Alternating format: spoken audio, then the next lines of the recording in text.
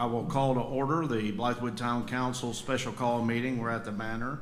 Today is Wednesday, September 6, 2023. The time is now 5:15 p.m. Ms. Durst, will you please call the roll? Yes, sir. Councilman Brock? Here. Councilman Ballman? Present. Councilman Griffin? Present. Councilman McHenry? Present. I'm here. Thank you. We do have a quorum. Ms. Durst, can you confirm that notification of posting of this meeting agenda was completed in accordance with state law? Yes, sir. Thank you very much.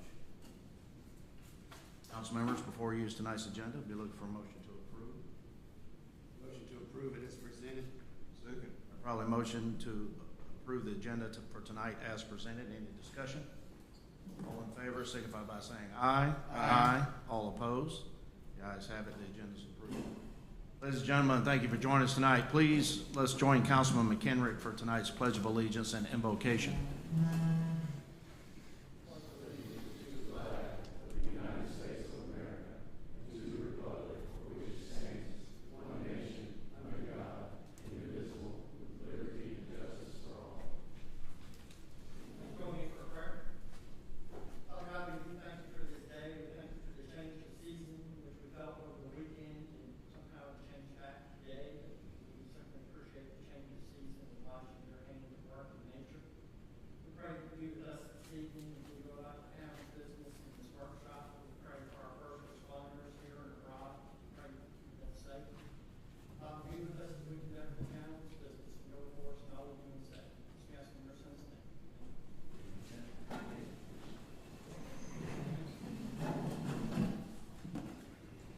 Our first action item for this evening is Part A, discussion and approval of the town's Community Impact Fund Policy. Mr. Williamson. Thank you, Mr. Mayor. So just in your packet is the policy that was drafted by the committee. No changes have been made since then. I just want to say a couple things. So the purpose to come out of this, I would think, is to have a budget amendment prepared for Monday. So with that in mind, and knowing we've got to do other amendments beyond the items that are part of this policy, is the legal, and so the legal outside counsel is recommended to be $300,000 as an amendment, and so that has an effect on how we do this policy as well. So I just want to kind of preface that as when we get out of here, we have a clear understanding of how to develop that budget amendment.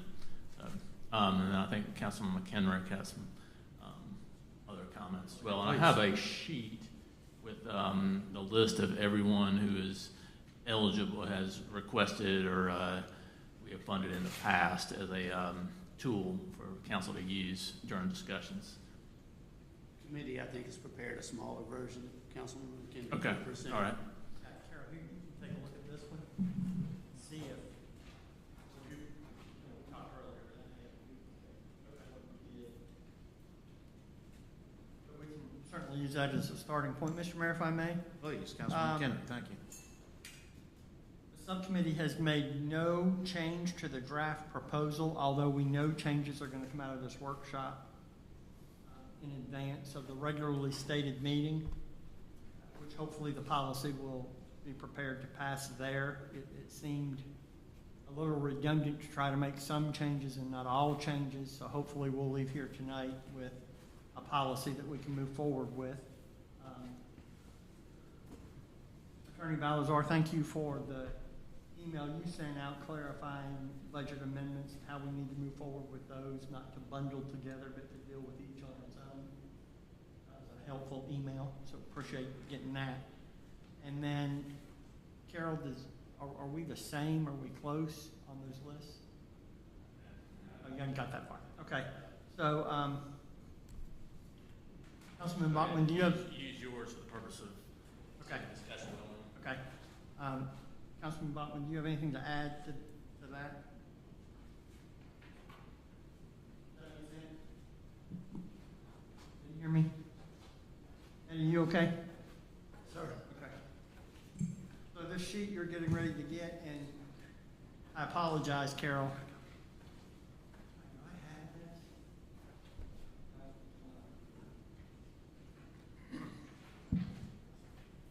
is going to handicap those of you in the audience a little bit. If I had my other computer, I would have this by email, and Carol could put it up on the screen. But, Mr. Mayor, what we did here is from the first budget workshop, we took the budget worksheets from the first budget workshop and then dovetailed those into, from the policy we presented at the last stated meeting, the 3 areas that we feel like should fall under the CIF: current community events, current outside agency requests, current cultural events, and then there was that others category.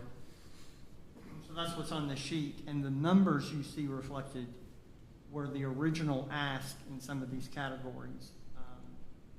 And I feel like we're going to have to go through these line item by line item and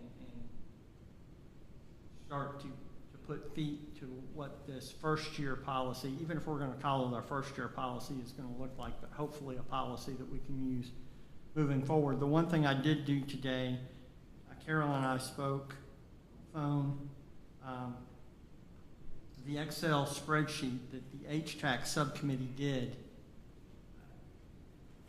I re-forwarded that to Carol so he would have that and understand how the HTAC committee got to the $90,000 that I've referenced to several times, the subcommittee has referenced to several times. And that was the 70, if all of HTAC's events were first year events, as that policy said we would treat all events as first year events, at $7,500 after we met the commitments, that left 12 slots for events that could potentially be funded at $7,500 through the new HTAC policy. And if you take $7,500, multiply it by 12, you get $90,000. Our goal was to duplicate that effort in CIF. So next year, if HTAC, I believe it's going to go up. I've stated that all along. So let me continue with that line. If it goes up and we've met all the criteria for our debt service that the policy calls for, it might be 12 events at $8,000 for a first year event and obviously less for a second. So when I said that HTAC policy was as worse, I believe as worse as it was going to get when we did it, I believe similarly of the CIF policy. Things in Blythewood financially should only get better, not worse. So I believe the starting point will be the worst that we would see through community impact. So, Mr. Mayor, we can open it up and see, or I'll ask you, how would you like to proceed with? No, please, you go ahead. I like the line by line idea, and that way we can talk about each as they come up. So please lead the discussion. So I would like it to be a discussion, and let's have some back and forth of how we start to put feet to this. I would say in the subcommittee's follow-up meetings from the last council meeting, and then we met briefly this afternoon before this meeting here, it may be of value. The subcommittee would certainly see it of value to get the proposed policy that we talked about at the last stated meeting. Wherever we land this policy, we want it to be a dovetail strong enough that we could, if council agreed, dovetail it into the existing HTAX, ATAX, LAT fund, where we have one policy. It would be Town of Blythewood, SAT, LAT, HTAX, and CIF. We could call it whatever we wanted, but we're striving to have two policies that look very similar to each other, that with a little bit of work can be combined into one document, which would be much easier to maintain through budgeting. I don't want to put the cart before the horse, but I think once we get where we're going to be in the CIF policy, that could be done. It would help staff. Staff would be implementing one policy, dive into that policy. Yes, there's going to be bullet points that everything has different categorizations by the law, being SAT, LAT, and H-Tax, then we're going to put stipulations on CIF, and then we're going to put further stipulations on sponsorships. But that would leave staff going to one document for the answers heading into budgeting versus two. That makes sense to the subcommittee, at least the current subcommittee. I can't speak for Councilman Brock in the work that we did on the first policy. So I think it might be easier if we set some qualification guidelines for CIF and then go line by line through the sheet that's in front of you. Does that make sense to council, or is there a better idea?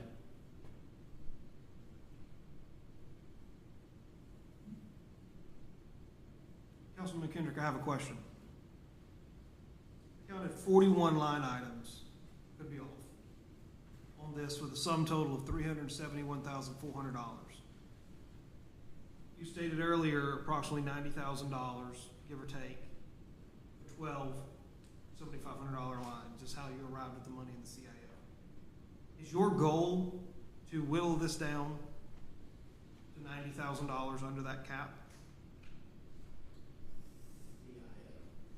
I think it's important, Councilman Brock, the others at the bottom of this page. Let's just look at the three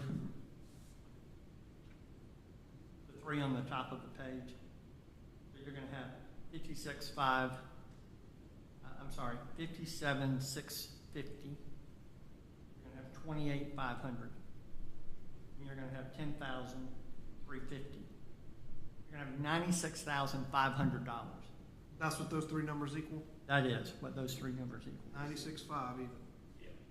So the other, and I'm sure there's a lively debate to come, but the other are groups that did not, two groups applied, were approved, but what I did was I pulled from the furthest back budget workshop I could pull from. So that the numbers here, the numbers in the column are, I felt like I needed to put them in there for what these groups requested, but they're irrelevant to the CIF policy. Does that make sense?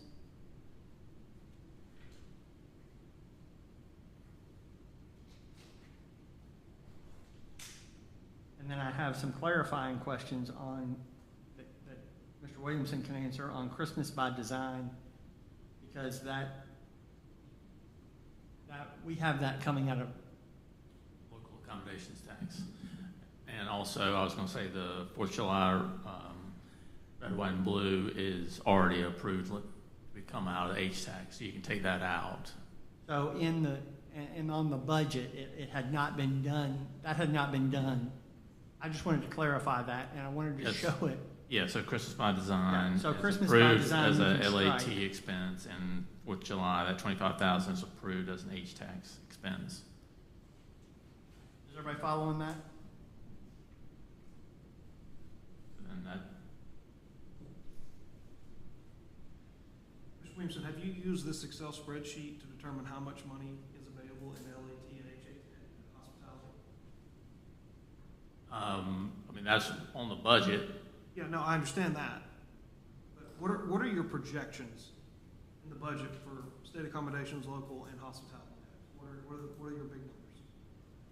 On the budget. Yeah.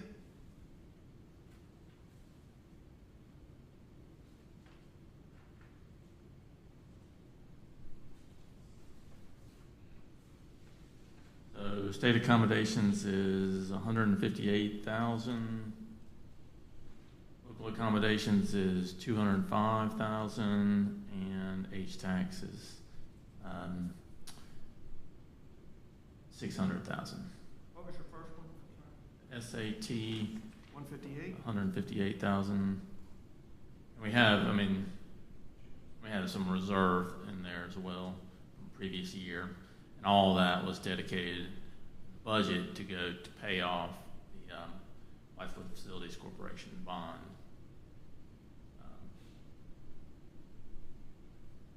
So you want to talk about the budget surplus before we look into this?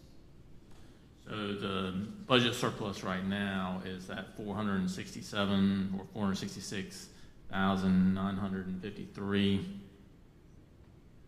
And again, just How no much, one can you knows. say the number again? 466,953.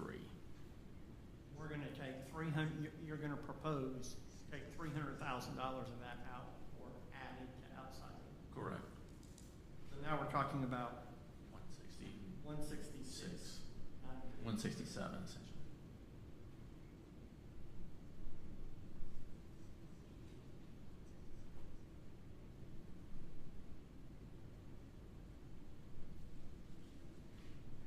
So, keep in mind, his budget surplus, just for council, this budget surplus we're talking about here, all of these items on your sheet, they're all in the budget at 0.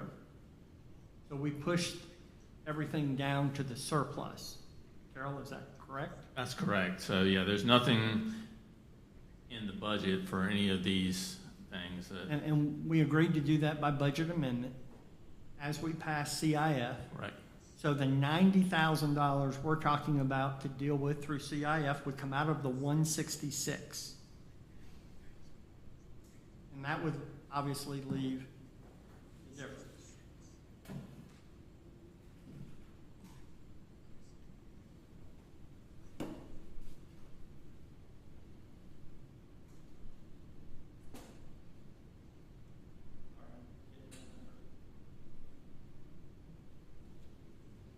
The number would be 76,953. If we funded certain items under the CIF at $90,000. And that would be,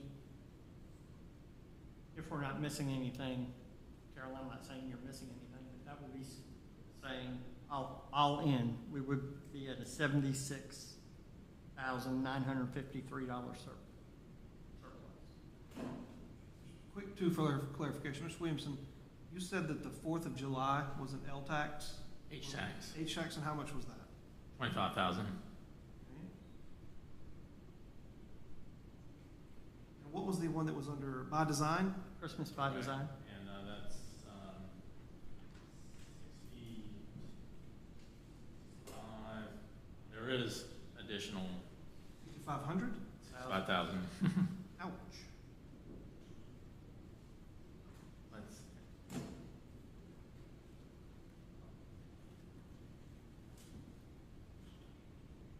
So, essentially, we're taking 90,000, so from the first conversation, we were talking about how much money we would allocate to this. So you're looking at allocating 90,000, correct? But that was the subcommittee's intent, yes. We were gonna mirror the max in H-tax, which could change next year, but this year it was not. Okay, Councilman Kidder, I'm trying to figure out how you're getting to that $90,000. Because if the H-tax is estimated at 600,000, and our policy recommended 50% given, sent to a reserve account, which would be 300,000 for capital improvements and capital assets, and another 272 for the McLean property purchase, that would only leave $28,000. Either I'm missing something, okay. or money hasn't been reserved. Okay, so the transfer for the McLean property was 257,393. 257, Yep, that's from the That- latest, is that the the same? latest amortization schedule. Go ahead. is that the moving forward number? It's Correct. adding That's how number? much we budgeted for this fiscal year. How much was it, 25 what? 257,393. Okay. And let me just go over this H-tax so you have all the expenses in front of you. Our town events, the Christmas tree lighting is $1,500 plus the 25,000 of the 4th of July. So that's town events at 26,500. The events that did qualify for H-tax that we funded was, the Golf Association tournament, Oktoberfest, Ribfest, and $5,000 each to each of the high schools. That total is $32,500 for tourism related. And then, so that alone leaves $283,607 to go to the reserve, which is going to the Manor CIP fund. How much was that number again? 283,607.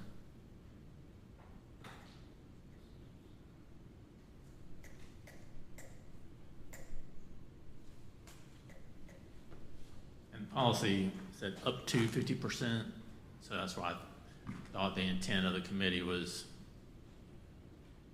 it didn't put a hard amount of 50%, no less. Or exceed. Right, exactly, yeah.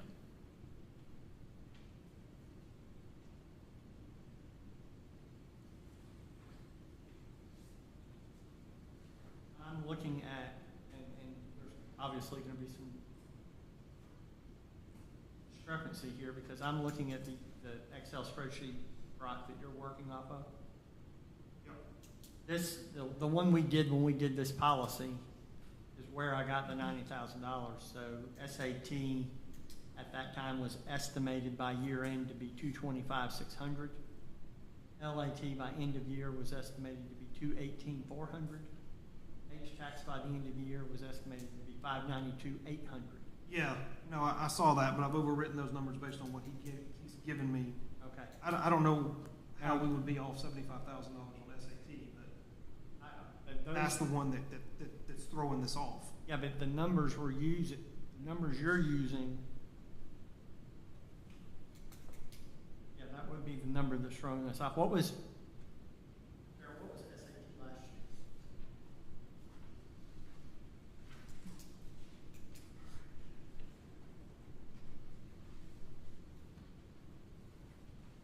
So last year was 194,896. It's not going to be less.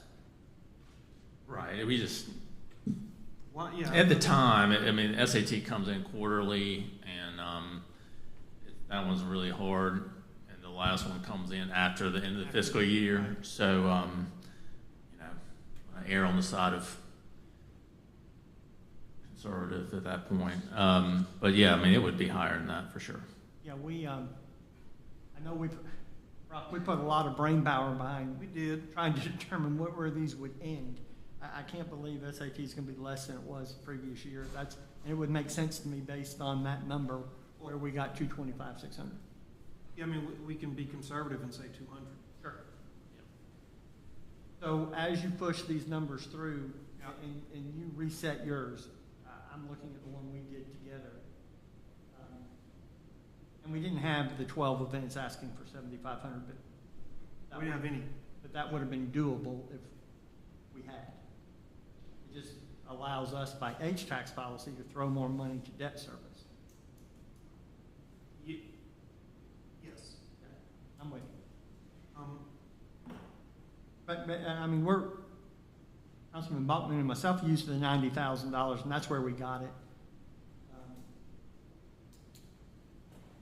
Well, and that's fine. I think we need to, if we go back and we look at state accommodations, at 200,000, you take off the first 25, the next 5, 30% goes to the DMO. That leaves us 113,750 would be the number that we could use.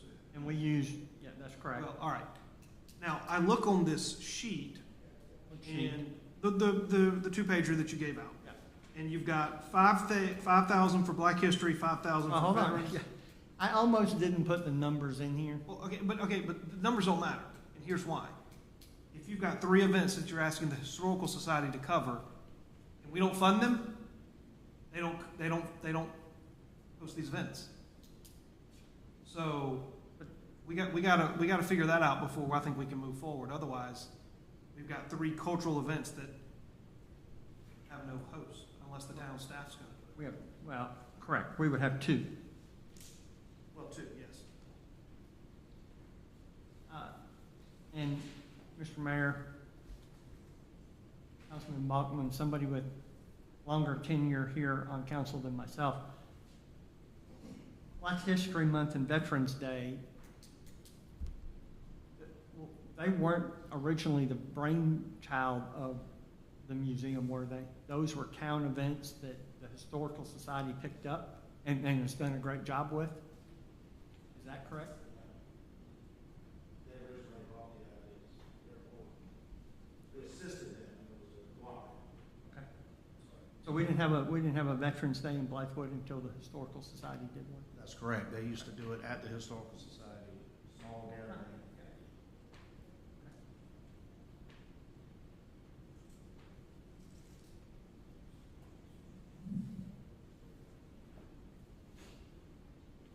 Well, that begs the question, does this town want to continue those cultural events or does it not? And that's the question that has to be answered. It's a binary outcome. It's either yes or it's no.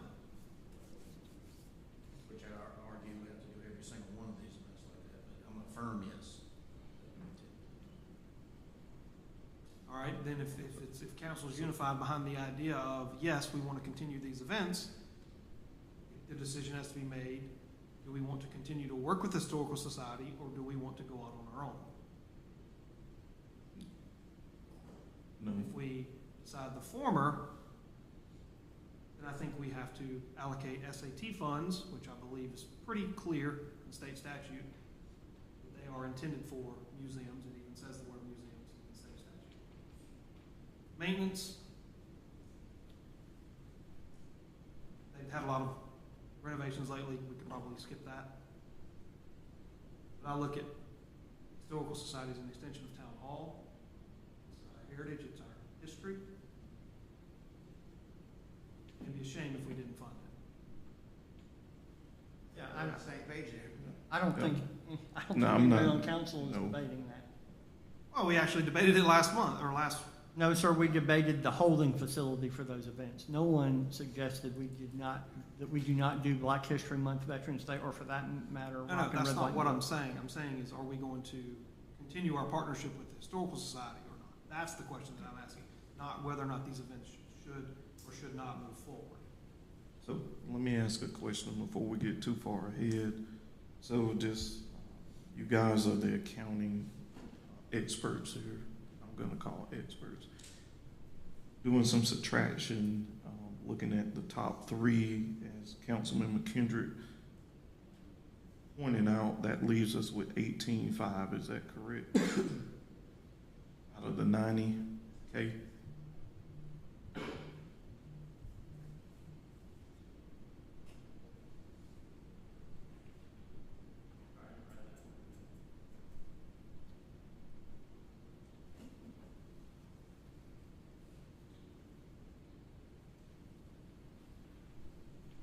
Because we subtracted the 4th of July.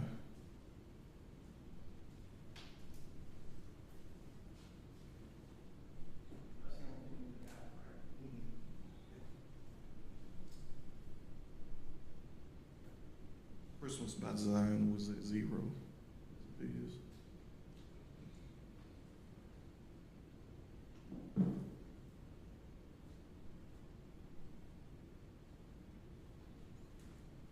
It'd be at 71,500. Subtract that from the 90K.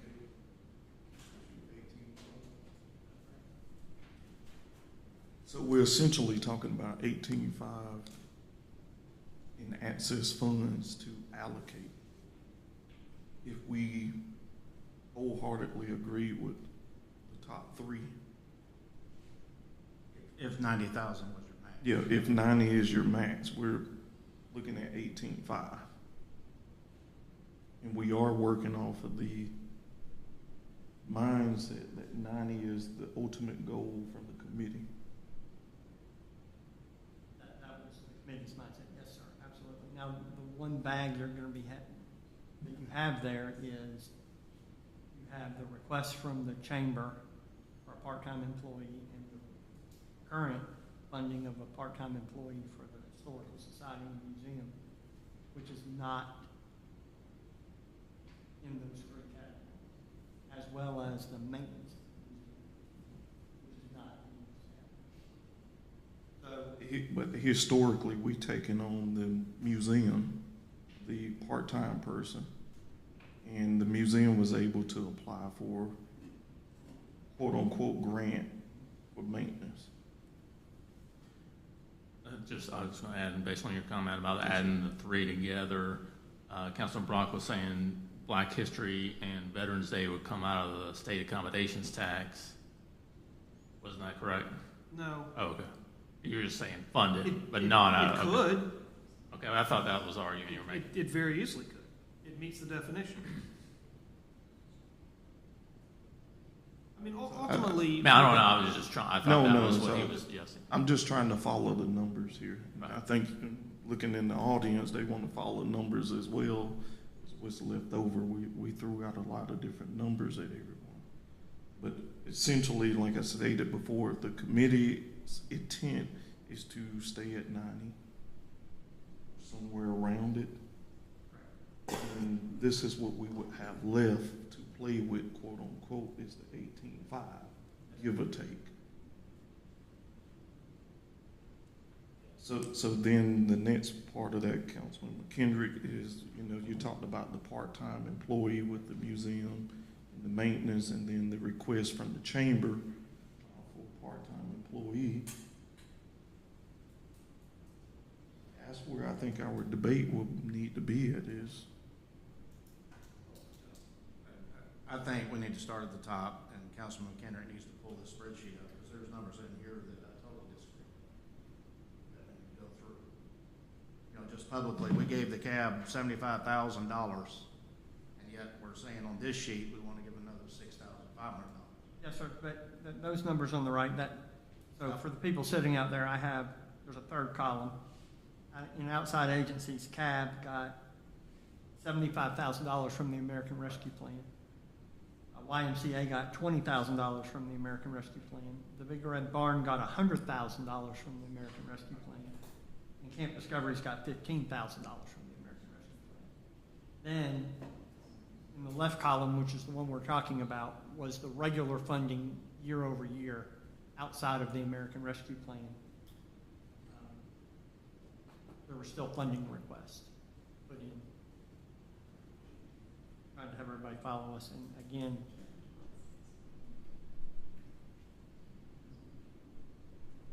Carol, can you pull up the budget? It's in the agenda packet for the first budget workshop. Exactly, I lifted these numbers right off that. If you want to pull up that budget that was attached. If people out there want to follow these numbers we're talking about. Okay, so, May, The- April, May,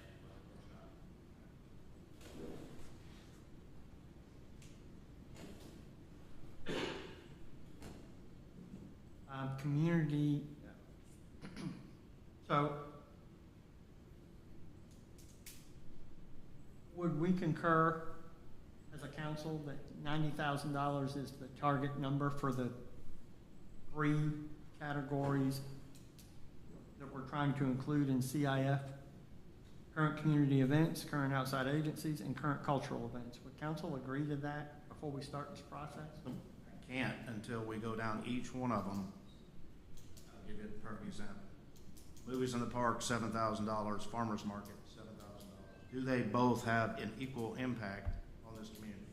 So we have to talk about it. Yes, sir. Or should one get 5,000 and one get 1,000? Then you would save $9,000 right there to reallocate. Okay. So that's where I am. So, which is an argument for the first column, because Right, absolutely. we've funded movies in the park at that level. Right. And we funded the farmer's market at that level. So if we start this conversation and we're valuing them differently, it's important to see where we funded them in previous years. Right. Okay. So I have a question. So what is the end goal of this? Are we trying to save money or allocate or spend the money? So I know we purchased property, and that was part of the H tax deal. So what's the end goal with this? So this year being, let's say everything was left in the budget that we're talking about, we would be dealing with a budget surplus of around $75,000. So the purpose for the community impact funding is to try to get a handle on, corral around, I don't know what wording you want to use, but the requests coming into the town that have, and many have just been wash, rinse, and repeat and given back out. And these groups aren't coming before council asking for this money. We're just giving it back to them in the budget. So when we did the H-tax policy, when we got done with it, the big question out of the H-tax policy was, okay, we've dealt with H-tax, but how are we going to deal with the other sections of the budget, the three we're talking about, when there's really no requests coming? We're just putting money in the budget. We're assuming that.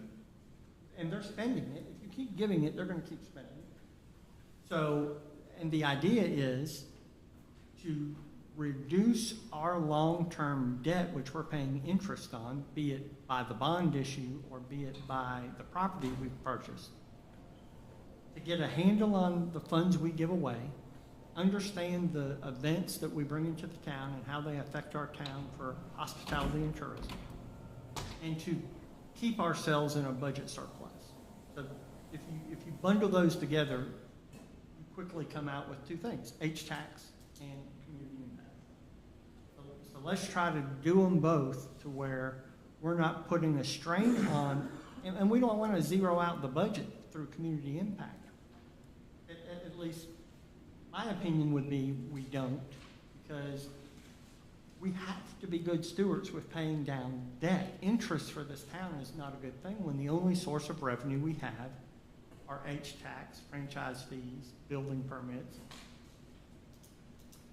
Once we get debt taken care of and we can capitalize on infrastructure and capital projects, now we have a handle on the whole. And we're not just carrying numbers over to another column, just carrying them over. To the mayor's point earlier, and again, we need to go one by one, and many of these I had to, Councilman Ballman filled me in a lot, but I had to rely on a lot of people from the community just to get the history behind some of these line items that appear in the budget year after year. I've only served on council 2 years, and some of the money we give away goes to great causes, and I never got the history of how they ended up in our town's budget to begin with. Very good causes. Meals on Wheels, it's a very good cause. Transitions Ministry, it's a very good cause. But it's just a budget number. I had to wrap my head around franchise fees. For 2 years, I looked at something in the budget called franchise fees. What is this money? Where does it come from? And how do we get it? And when you unpeel that, we don't get it from everybody we should get it from. And for some reason, that's okay. We get it from some, but not from others, because that's a fight all of its own. So it's to really, and everybody, I'm preaching to the choir because council gets this, to wrap your head around the details of our budget when we do not charge our citizens tax is a tall order. Very long answer to your question. Just make a couple points, and then I still want to get back when you all are satisfied to go line by line, but I'll just make the purpose is to determine the town of Blythewood can continue to support groups and organizations that by application can show their continued support to the town of the Blythewood and our community through offering Blythewood citizens quality services and events that promote a healthy town and a vibrant town center full of activities and events. Can't fund everything, can't fund it at historic levels, but that's why we're here. How much money can you spend? How much will you spend? How much will you set back? I will also notice that we keep talking about debt. There is no debt because we have turned a 30-year amortization of this property across the street into a 7-year by using an aggressive plan determined by this committee to set aside, that's why we wrote the H-tax, A-tax, LAT policy, in order to be able to fund it rapidly and aggressively and knock it out in 7 years as opposed to 30 years. Now, the money it takes to get it to what with the vision of the citizens want it to be over here, which is yet to be determined, we're going to have money for that. So absolutely agree. We're talking about stewards of money, other things. Your point was well taken, Councilman McHenry. You didn't know how we determined the transitions got $5,000 every year. But we went through a COVID year, or a year and a half. And we all agreed, or most of us, I think we had one vote against. That was, we will fund them at last year's rate because they're going through hard times like everyone else is going through. So we didn't want to cut the funding, i.e. the funding for transitions, cab, Meals on Wheels, because that's when they need money the most, when people are hurting. They need food, they need places to get out, they need more medical care than they're used to, so they're spending more money. So we did that. Now going forward, what I'd like to do when you all get ready is to go by line. And I always use an objective measure. How many tourists, and you can define that in 15 different ways. How many people does it bring to this town? How many events does it give our citizens to go to in the town square to fellowship with one another? Is it valuable? So I looked at the projected tourist rate and determined how much money you should give an event. You should, if you agree with my theory of promoting tourism and hospitality and having people come to the town of Blythewood, we should tie it to a metric that's measurable. How many tourists come to movies in the park? How many come to the farmer's market? How many come to the Purple Heart? How many come to Christmas parade? So on and so forth. And that, to me, in my mind, and I'm not a financial expert, as Councilman Griffin says, we have accountants up here. How do you determine what's a fair amount to get the output that you're looking for? So if we don't agree that tourism and activities for citizens are something valuable, then we can discuss line by line how much you want to cut. I do agree with Councilman Brock's comment last meeting when he said we should have a cap. Absolutely, you put a cap in here, and I applaud you for that. There should be, because you can't go wild, but what is the impact in the community? And is it giving you the bang for the buck, quote unquote, to bring citizens out here and bring tourists to the town of Blythewood? So until we go line by line, these numbers are just placeholders. But if we're going to do that, which I want to do right here in public, bring it up so you can change the number as we go and then recalculate the total.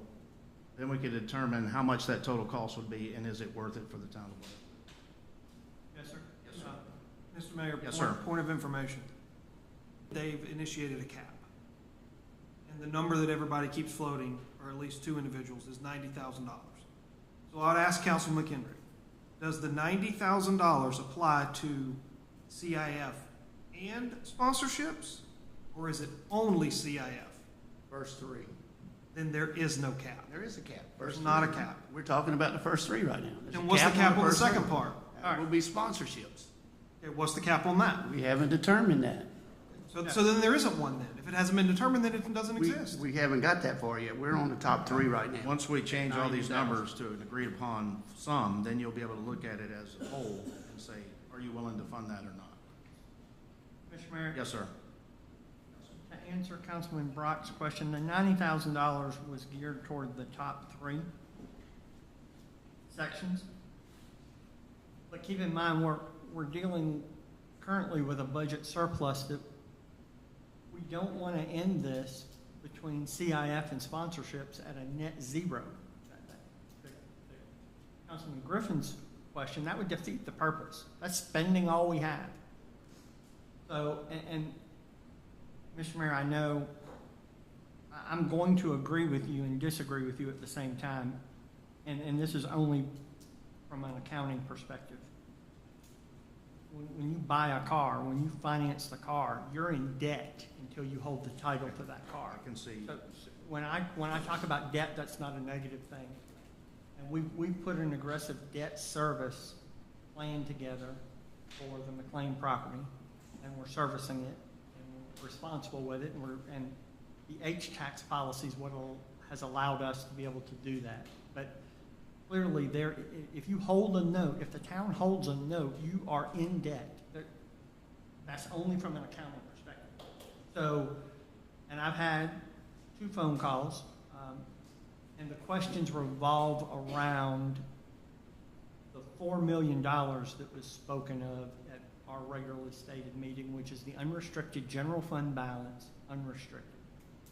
So, when people in the community hear we have a general fund balance of $4 million, that has nothing to do with a current year's budget. That is overages accumulated from past administrations, which there are 3 that I know of, 4 people sitting in front of us that were from past administrations. That $4 million is from everybody's hard work that got us an unrestricted balance of $4 million. We could say as a council, we want to be debt-free, and we could wipe the $4 million out. We could pay off the debt, save 6% interest or higher on some notes, and then we would have no debt. So call it a rainy day. A lot of people refer to them as a lot of things, a rainy day fund, a backup plan, whatever you want to call it. But those are dollars in our bank that have nothing to do with Miss Julie's job in these sheets, Carol's job in these sheets, day in and day out. This is our budget. It has nothing to do with the $4 million unrestricted. We should, as a council, not totally exhaust the money we have coming in. We should run the town very much like we run our households. You don't want your household to be upside down in a budget at the end of the day. You want to take care of your obligations. You want to plan for tomorrow. A net zero budget doesn't do much planning for tomorrow. So, Councilman Brock, sponsorships, any money we would allocate to sponsorships would then come out of the remaining $76,000 at the end of the $90,000 take. You with me? Yeah, I hear you. Okay. I know I'm preaching to the choir. Well, also, just for people's clarification, in Article 10, Section 7B of the South Carolina Constitution, and Pete can back me up on this, it requires municipalities to submit a balanced budget. So we can't operate in a deficit. So we can't spend more than we projected to have. No, but we could allocate money out of unrestricted general fund balances, which is done all the time, and people pump their chest and say, we still have a balanced budget. That's a bad idea. Bad idea. Councilman Kendrick, at what point were we, I know you said in the beginning about going over the qualifications and guidelines. Where would you start? Would you start there or the money, the line by line? So again, I think the only pivot the subcommittee has made, the only significant pivot we have made, and I didn't hear anything from fellow council members, but in the end, Mr. Mayor, what the subcommittee would propose we do in the end all is take the policy that we have approved, that would take a supermajority to change, and codify these 2 policies together in one document. And we could do that. We're going to have to be a little careful how we do that because you can't have a quorum. So one subcommittee would complete this document and propose, if you so chose, to the HTAC subcommittee, here's how we codify these 2 together. I think that benefits the town long term. It certainly benefits staff long term in enforcing one policy. Thoughts on that? Is that doable? That's kind of what I concluded with last meeting when we talked about the organization submits money. There should be one standard operating procedure. There's 4 or 5 blocks at the top. The organization says, we would like to do whatever they do. Farmers market, Costa concert, Juneteenth, Christmas parade. It comes in, Mr. Williamson and his staff go through and say, well, they qualify for the following. And maybe 2, maybe 3, maybe all the categories. Check it, then it comes to us, and then we decide what bucket to put them in with a cap on the overall amount like we've talked about. So I agree with that. Okay, so One policy. Can we begin by saying, when we come out of hopefully tonight's meeting, if not the regularly stated meeting, with a CIF policy and dollar amounts to go with them, we're going to have some guidelines that we're going to codify in the CIF policy. Can we as a council agree that we are going to combine these policies, and the details to do that we're going to have to work out, not to have a quorum subcommittee. But can we do that as a first step? And Carol, does that make sense to staff? have it all as one policy. One document. Yeah, I mean, that was certainly, it's all very similar, so I would think it would be simplest just to have one single policy, and then we can determine how it gets allocated based on that. And Mr. Mayor, you said you don't have an issue with it. Councilman Brock, we served together on the H-Tax. Do you have an issue with that? I love pauses.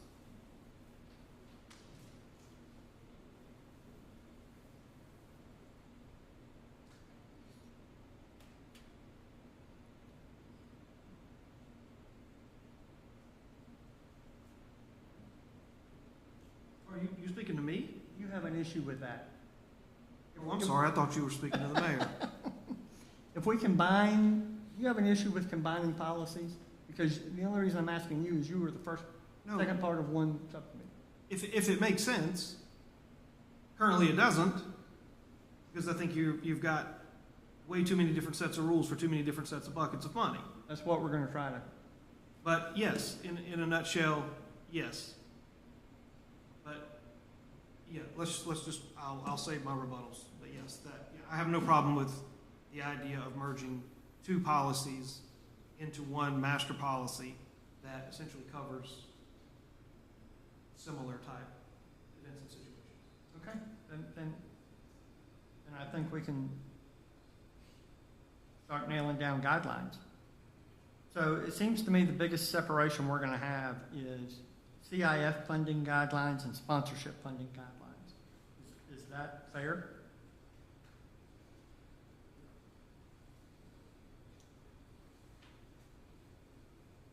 Who are you asking? Anybody? I think that's fair. So, under CIF qualifying guidelines, nonprofit groups that are supporting the purpose stated above may apply. Would everybody agree to that?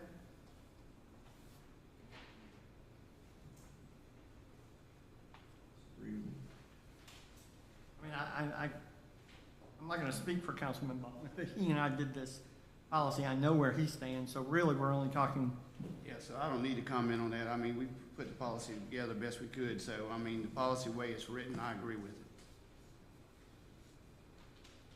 Nonprofit groups that support the purpose above could apply for CIF. I'm going to say that the majority of us agree to that. Both in-town and out-of-town applicants can apply. The majority of us agree with that.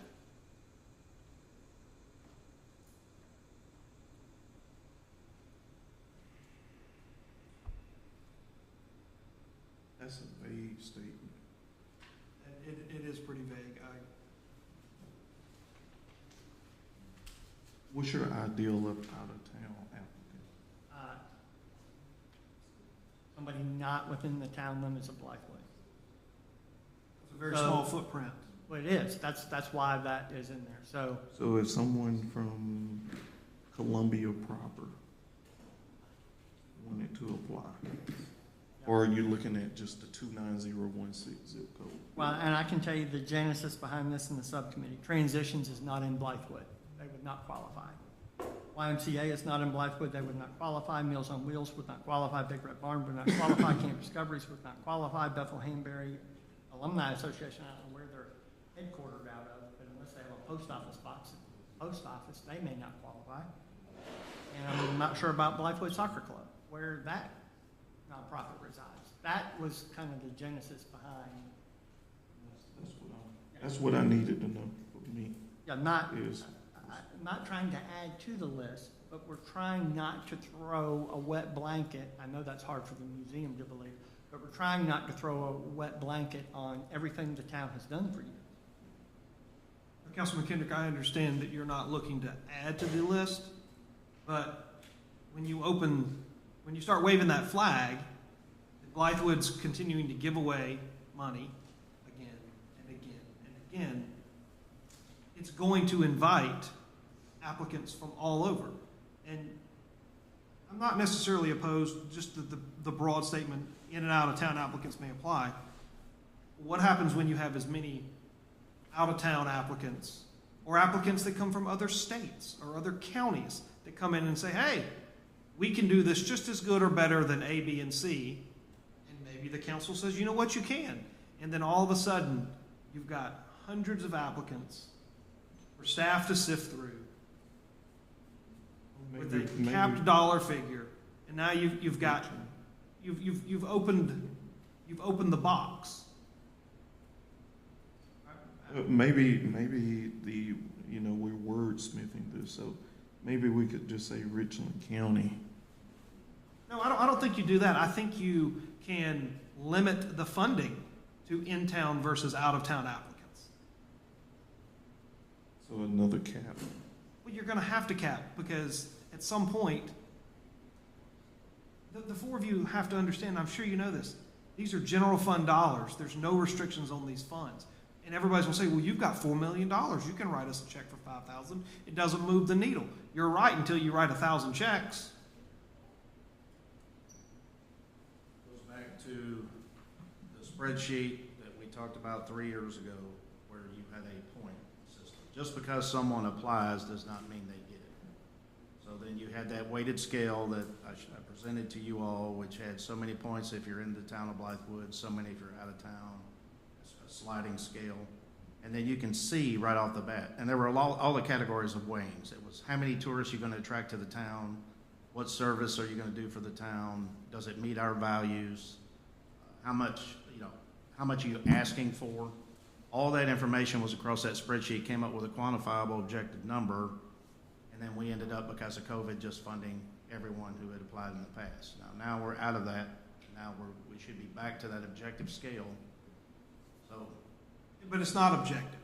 it is. It's exactly what it is. It's your rules. You had your name on it. Okay, is it objective or not, Councilman Kenner, guys?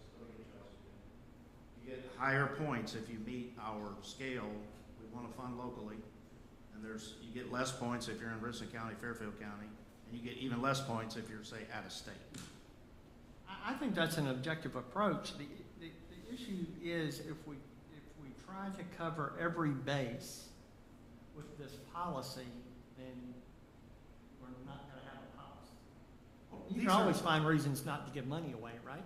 I mean, that's a pretty easy objective to get to. Again, the majority of what they're called outside agencies, the majority of them are not associated with the town in any way, and by and large, outside of Blythewood. Well, so the question needs to be, should town dollars go outside the town?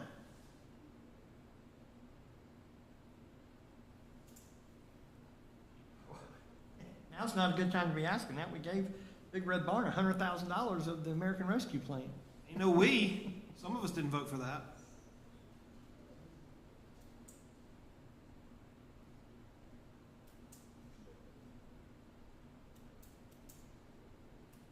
I believe bullet point 2, both in-town and out-of-town applicants can apply, I believe would pass this council. 4-1, maybe 3-2, but I believe 4-1. So I would support that. I think you have to craft language that doesn't make it so broad.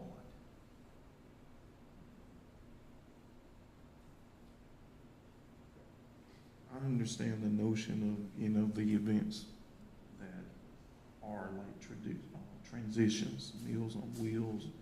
I get that the YMCA is right on the border of our zip code, but we use it, and they claim Blythewood, so I get that. I understand that. I have no problem with that. It's just the language.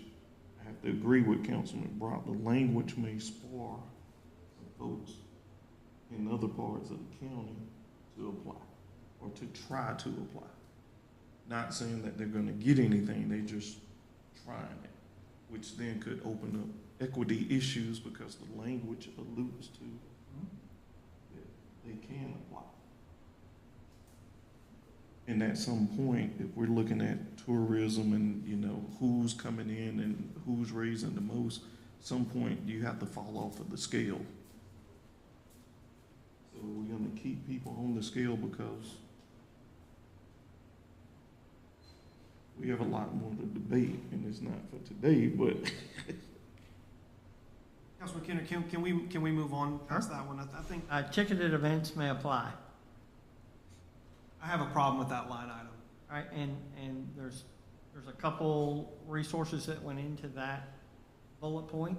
Okay, let's hear them. One of the main ones is the long-term master plan for the amphitheater is to have gates, is to be able to control who comes in, and thus leading to a ticketed movies in the park, a ticketed concert series, etc. Would we actually charge money for movies in the park? It doesn't say charge money, but a ticketed event, a control substance to control the number of people coming in and leaving, whether it's a bought and paid for ticket or whether it's because there's apps that you can get a free ticket.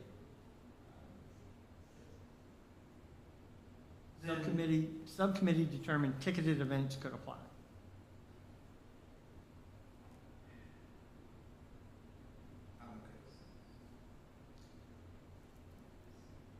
And then I know there's heartburn over the fourth one. Nonprofit and for-profit groups may apply for sponsorships as outlined below. And then the organizations that can apply for sponsorships. Recipient must have been in existence for over a year. Recipients must use the awarded funds to benefit the town of Blythewood. Recipients must outline what is included in the sponsorship package, and appropriations to a single applicant cannot exceed $7,500.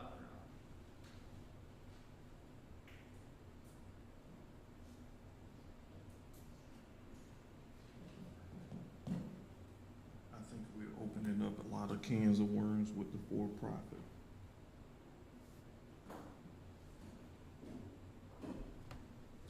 Okay with it based on the legal opinion.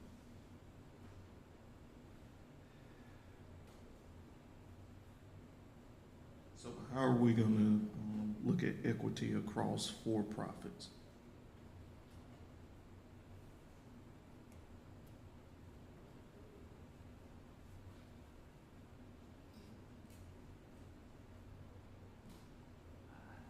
In my opinion, that comes down to the value the town assesses to somebody asking for a sponsorship.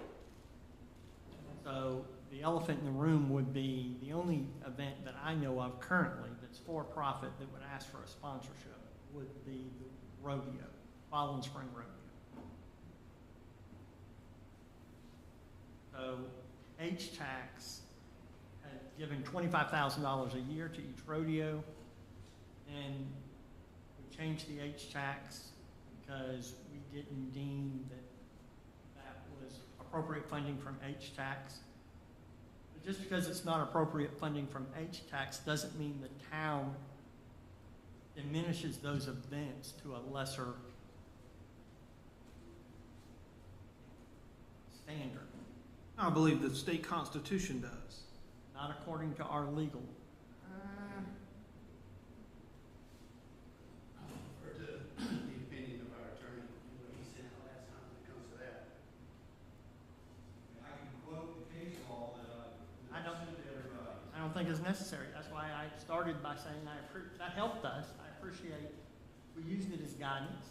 And I would say to council, to people watching and to the people here, if the attorney would have sent out an opinion that was different than that, you would have seen a different recommendation in his policy. We're not going to go against what the town attorney says or current case law. So you may not, some people on council might not like the outcome. Some people in the community might not like the outcome, but we're not precluded from doing it. I'm just afraid that equity will not be spread across for others. If other for-profit businesses come up, there's a lot of for-profit businesses in town that bring in people. Whether it's Friday night band, something, car show.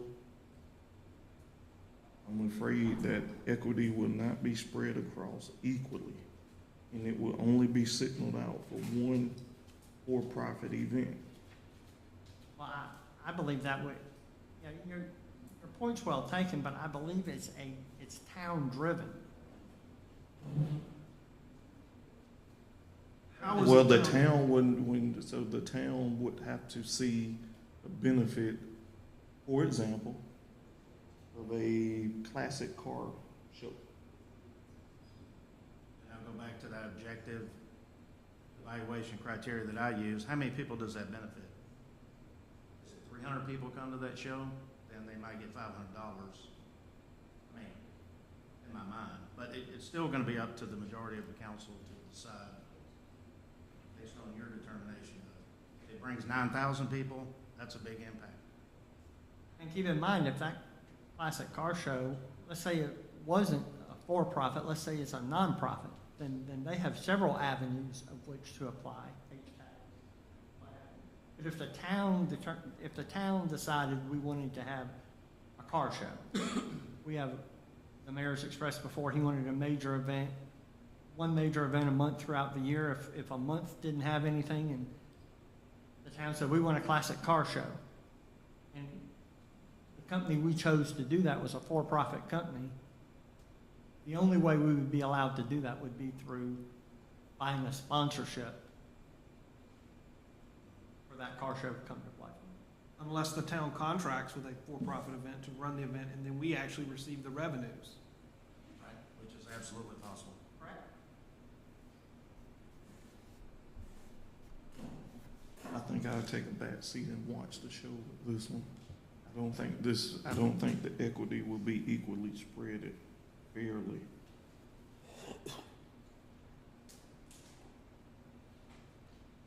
If you open up the general fund to for-profits, are you gonna send letters to every for-profit in Blythewood telling them that they can apply for funds? Well, the chamber, Mr. Fryer is outside. I was asking either our town staff or this council. We don't do that now with nonprofits. That's why I said that would be a question for Mr. Fry. Would the chamber conduct that type of business?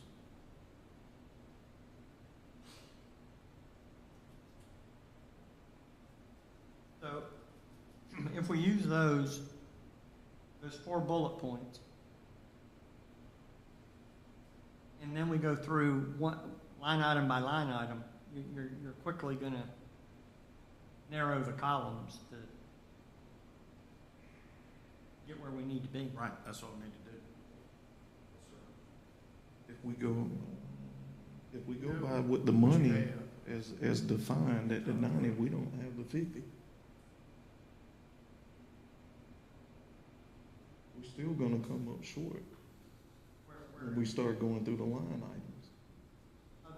Mhm. Not get to the bottom. The first 3, we're going to tackle the top 3. Then we're going to have to tackle the bottom of the page and understand how much money. 2 separate issues.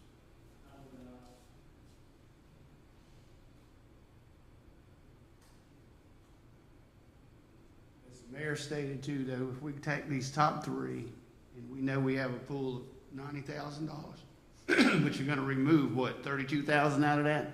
Yes, sir. So that leaves you, what, 64, 65,000? Where's the extra 7 coming from? You already determined there's 18.5 I just in took the the total. 32.5, I took the 4th of July and the Christmas parade out. Well, can't take the Christmas parade out. Sure we can, if it's funded through another source, isn't that what Mr. No, Williams said? we have not funded the Christmas Okay. parade. Well, then, we take 25,000 off then. 18.5 left.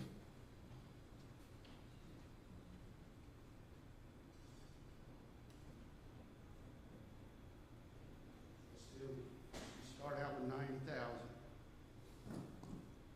If that's your cap, which we haven't determined. See, these numbers are not right.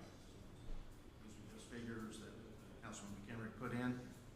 These numbers are what we're funded through. Right, but that's why I'm saying we need to go through them now. Okay, let's go through them, but these numbers were And then when correct. you adjust all these numbers, then you see the true value of what you have left. I agree with you, and that's what, let's go. Okay, Mr. Mayor, do you want the subcommittee to drive this, or do you want to drive this? No, I want everybody to talk about it right now because that will get get us to an accurate number, and then we can continue the conversation. Right now, we're just putting the number at 90,000, and we're looking at these totals, which I don't agree with these totals. All right, so let's start with movies at the park then. Yeah. Go ahead. That's a current community event. Right. I want to be sure everybody's on this sheet. Current community event, for those people sitting out there, we're talking about budget item 10-4120-375, movies in the park. Mr. Williamson, last year, movies in the park was funded at, I believe it was 6,500. and they asked for 7,000 this year. So what are we comfortable with, or are we comfortable with any for movies in the park? I'll go first. I've had some heartburn with movies in the park, and I'll be glad to say why. Movies in the park is run by a citizen, and it benefits the community, yes. But Blythewood takes a back seat to the driver of the sponsorship of a mortgage company for movies in the park. Everything is driven by the mortgage company, and Blythewood takes a back seat. That's my opinion, one councilman's opinion. In the posters and the advertising, and I've attended several, it does not come across as a Blythewood event. It comes across as a mortgage event, and Blythewood participates in that. That's my issue with movies in the park, and I'll let other people give their comment. So what did they have on their schedule this past year?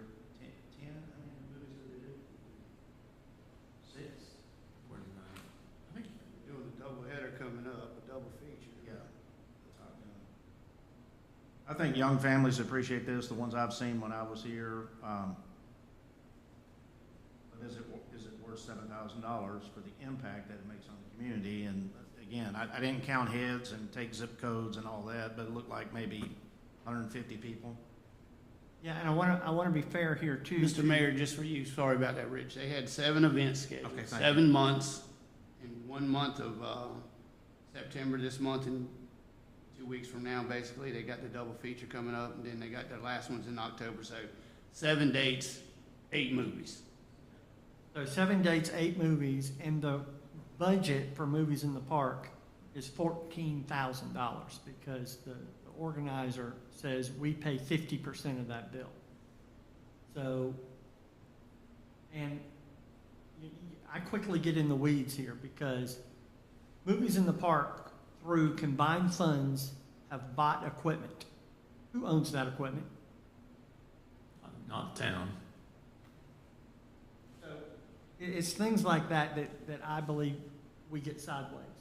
So $7,000 is half of the budget, but again, there are assets being purchased that are controlled by the organizer and rented by the organizer. That is very problematic. So it's not $7,000 that pulls off 8 movies. It's 14 according to the organizer. And you get the receipts for those. Yes, that's correct. Yeah.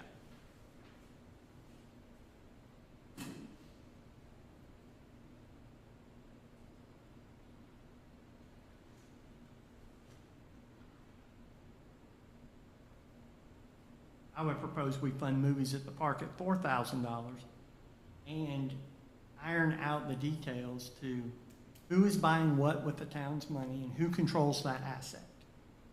Because at this rate, we're a sponsor of the event, not the other way around. I would be comfortable with that. I was thinking more $3,500, half of the $7,000, but I could go for 4. I'll take your $3,500, any way we can save money. I mean, anybody else?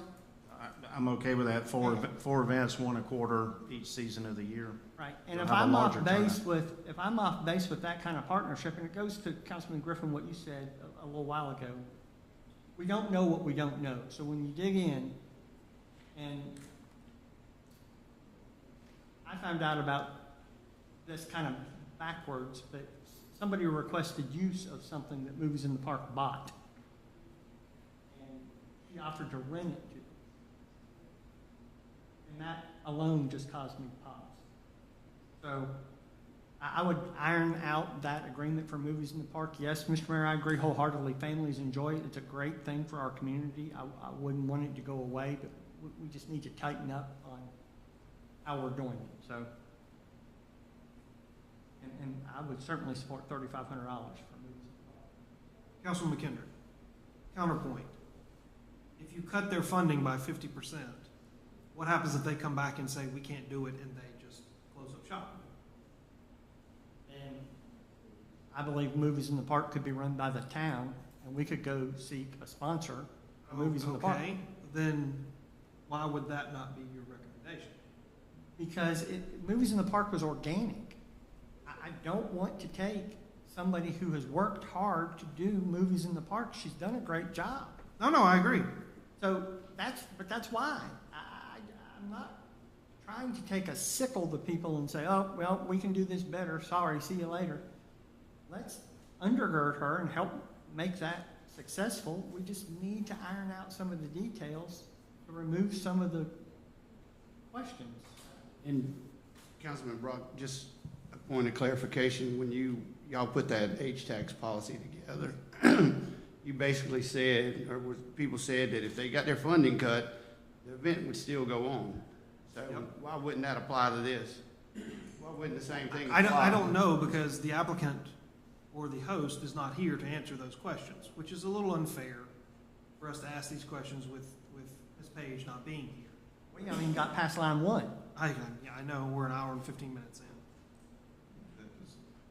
Let me add this. Let me Go have one more ahead. thing, Councilman Griffin. I don't necessarily on the surface disagree with either of your positions, Councilman Ballmer or Councilman McKinney.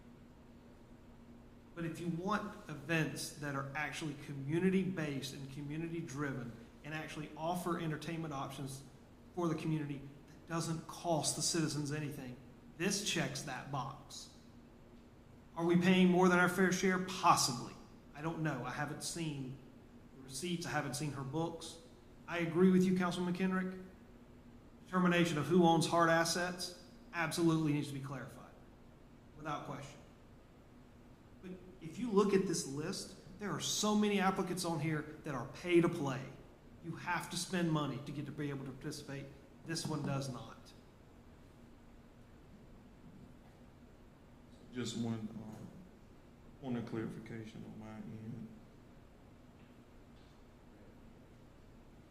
I believe there was, at some point, there was a discussion, maybe during the American Rescue Funds, of purchasing equipment. So this is something that we see worthwhile. This is a true community event. It's free. It's bringing the families out. It's meeting the criteria. We need to start looking at purchasing that type of equipment.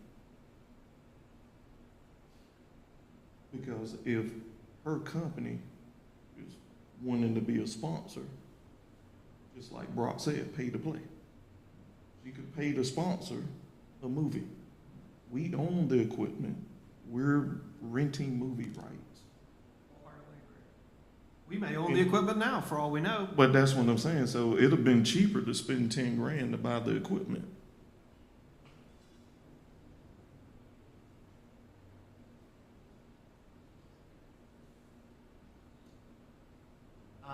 Just question. Either to Carol or to Pete. Is the best way to do this line item by line item with a motion? Make a motion, discuss the motion, pass it, and move on. Not that we couldn't go back and adjust with a motion when we're done with a list. Because to your email, and I totally agree, for a budget amendment, we need to say line item. Here's the line item. We want a budget amendment for movies in the park. We're going to fund it in this year's budget by X. That's coming by way of a budget amendment, which would move money from below the line to in the budget. So is it appropriate to do it that way as we move through these? You mean to consider the events as a bunch No, individually. Line item, vote on them one at a time. Oh, yeah, I mean, that's appropriate. Okay. It's a legislative body's discretion, right? Yes, okay. It's at our Thank you. discretion. So, Mr. Mayor, I would make the motion that we support movies in the park at a level of $4,000 in this budget year. Now, let me preface my motion with this. Hopefully it'll get a second, there'll be discussion, and then we'll vote and we'll move on. If we finish the list and there is a bucket of money, a larger bucket of money that we thought we would have, or a smaller bucket, we can always come back and fine tune this, but I just don't want this to go on ad nauseum. Does that make sense? Yes. All right, I make a motion that we support movies in the park by the level of $4,000 in this year's budget, and all of these motions will be done by a budget amendment in the upcoming meeting. Second. Probably motion second to fund movies in the park at $4,000. Any discussion? So the second part of your motion, just for clarity here, we're gonna do every one of these real quick. Yes, sir. Okay. Any further discussion? All in favor, signify by saying aye. Aye. All opposed? And should we do a roll call for each one? Every single one of them. That's easy. Well, if we're going through this marathon session, then we at least need to get our money's worth. Yeah, if we just quick, but we can knock it out. I mean, It's not gonna be that easy. I would do it in a different way, but that's just me. I would just bring one up, and if you have 3 objections, you move on. And vote on all at the end. That's essentially taking a vote. We Yeah. may as well take a vote. Okay, Ms. Durst, call the roll. Councilman Rock, I vote present. I think we should fund them more. Councilman Ballman, Yes.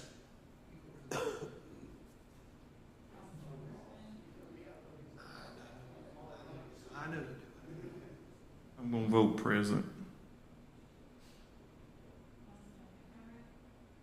Yes. Yes. Mr. Mayor, since we're going to go down this rabbit hole, which is fine, can we have a 5-minute recess to use the restroom? Motion for a 5-minute I'll recess. second that. Probably motion second, 5-minute recess. Any discussion? All in favor, signify by saying aye. Aye. All opposed? Thank you. Turn. Absolutely.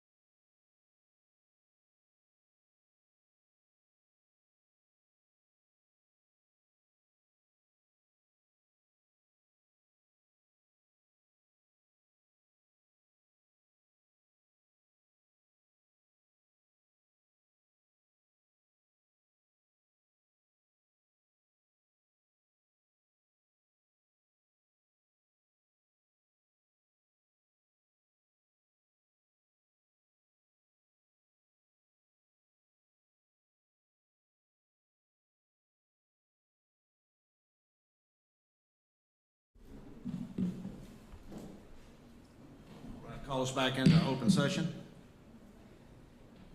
Mr. Mayor, please. the second line item under current community events, farmer's market, I would make a motion to support the farmer's market at $8,000 in addition to the budget. Second. Probably motion seconded to fund the farmer's market at $8,000. Any discussion? Yes, Councilman McKenna, would you be open to a friendly amendment? I would actually request that you amend your motion to the following. Fund the farmer's market at $8,000, fund Purple Heart at $150, fund the Christmas parade at $7,500, and fund Big Grab at $5,000.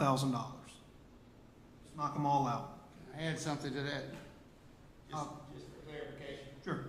150 on the Purple Heart will not do it if we continue to do what we did this year. Right. We had the dinner for the recipients, we had all that. What did we spend? When it was with the advertising, which is a bulk of it as well, it was like $1,800, so I would budget 2,000. So I would ask you to amend that, to put 2,000 in that. $3,000. I would recommend we rescind those motions and just keep going line by line. Real quick, Let's move it's on. gonna be real quick. Let's move on. That's up to you. Well, do we have a second? What was, Discussion, we could potentially have on each. Yeah, right. What's the justification for moving the farmer's market up from 7 to 8? Simply the claim of the farmer's market.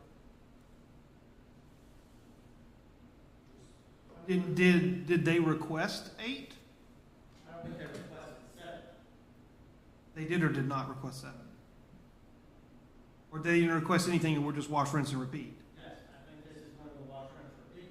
Carol, they will come with a formal proposal. No. So why are we moving up then?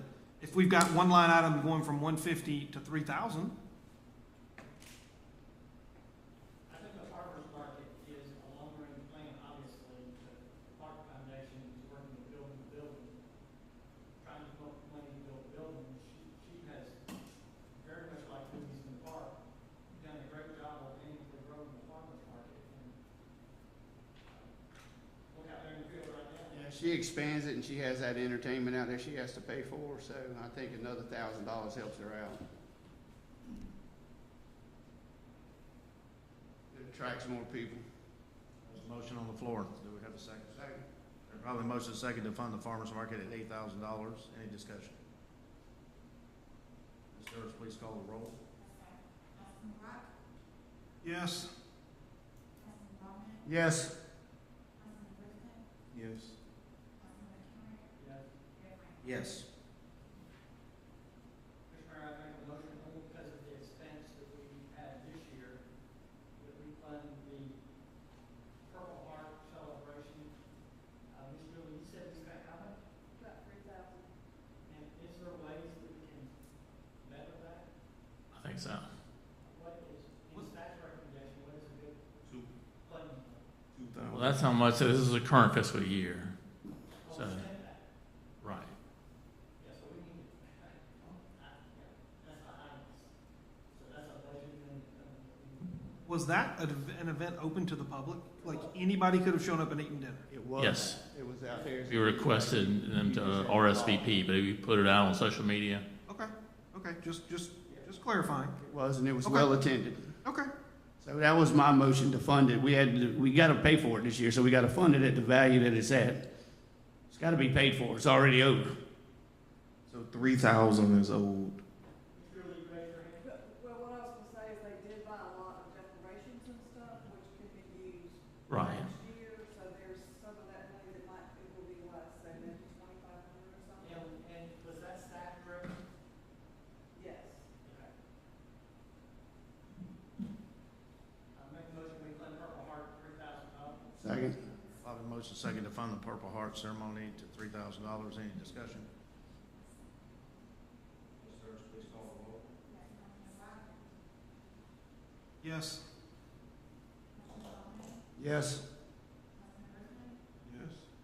Councilman McHenry, Mayor Brown. Yes. Mr. Mayor, make a motion that we fund the Christmas parade at $7,500. Second. Probably motion second to fund the Christmas parade at $7,500. Any discussion? Ms. Harris, call the roll. Councilman Rock. Yep. Councilman Bowman, Yes. Councilman Brisbane, Yes. Yes. Mr. Mayor, I make a motion we fund the big grant at the level of $5,000. Second. Probably motion second to fund the big grab at $5,000. Any discussion? Ms. Harris, call the roll. Well, I wanted to have discussion. Just one point. Of all the events that attract people from outside the town, this is the event. I vote yes. We should be doing more. Yes. Yes. Yes. Yes. That would conclude the community events because the Greater Blythewood Chamber of Commerce sponsorship should really be not in this section, that further section, Fourth of July was already taken care of, Christmas by Design was already taken care of. Everybody agree? So congratulations. In an attempt to saving money, we actually spent $850 more. Good for us. Mr. Mayor, I make them, all right, now, this next group, we can discuss, have some discussion, but this is where the recommendation from the subcommittee is going to be less. Mr. Mayor, I make a recommendation, we fund transition ministries at $2,000.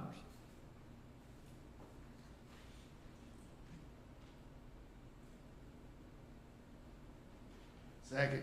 Probably motion seconded to fund transitions at $2,000. Any discussion? Yes. That's a 60% reduction. Two questions. One, what services do they provide the town? And two, do we value it at 60% less than we did? We currently value it at 60% less than we did last fiscal year. I'll open the floor. My first comment would be, did we value it? Yes, we valued it because we approved it in a budget. No, I didn't say whether we valued it. My first question was, what do they do for the town? So I believe, I would echo that and say, I personally value it, our subcommittee values it at $2,000 a year. I don't know that they come into the town and do anything. I can tell you, there are no other municipalities or towns that support transition ministries on their budget. So we are outside the norm here, which is why I'm recommending a cut.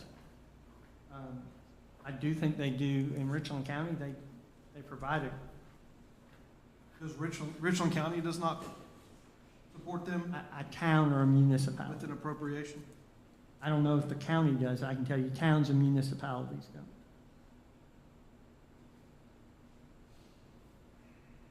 They've given us briefs here in the past where they talk about how many people from the greater Blythewood area use their services. I don't recall that number.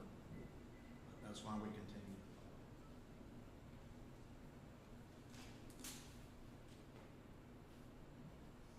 We have a motion. We already have a motion. We have a second. We already have a second. All right. Ms. Sturts, call the roll. Okay, yes. Yes. Yes. Yes. Mr. Mayor, I make a motion that we fund CAB Ministries at $6,500 in this year's budget. Second. Probably motion seconded to fund CAB at $6,500. Any discussion? Ms. Sturts, call the roll, please. Yep. Yes. Yes. Yes. Mr. Mayor, I make a motion we fund the YMCA at $1,000. Second. Probably motion seconded to fund YMCA at $1,000. Any discussion? Ms. Sturts, call the roll, please. Yep. Yes. Yes. Yes.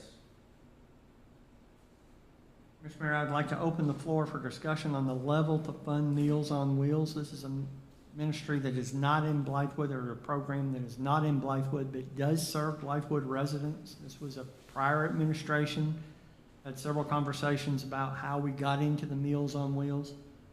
I don't know how many people in Blythewood they currently serve, but they were funded at $6,500. So I did not ask Councilman Balkman about this, so I would leave funding levels up to what somebody deems is relevant. Well, I think Senior Resources does a wonderful job with Meals on Wheels, and I do think that she assured us that she would reach out to Blythewood residents in need if we funded her, so I have no issue with funding Meals on Wheels at the full value of $6,500. Is that a motion? I'll wait to see if anybody else has any discussion. I'll make the motion. Second.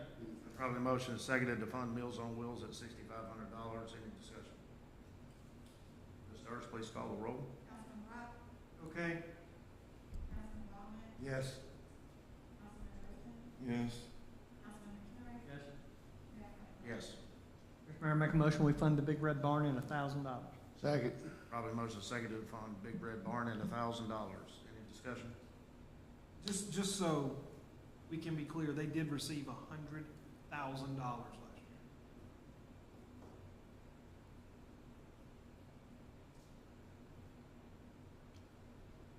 The only comment I would make, I agree, the only comment I would make there is, for all the American Rescue Plan money, the Big Red Barn was one that came before us and laid out exactly how they were spending every dime of that money.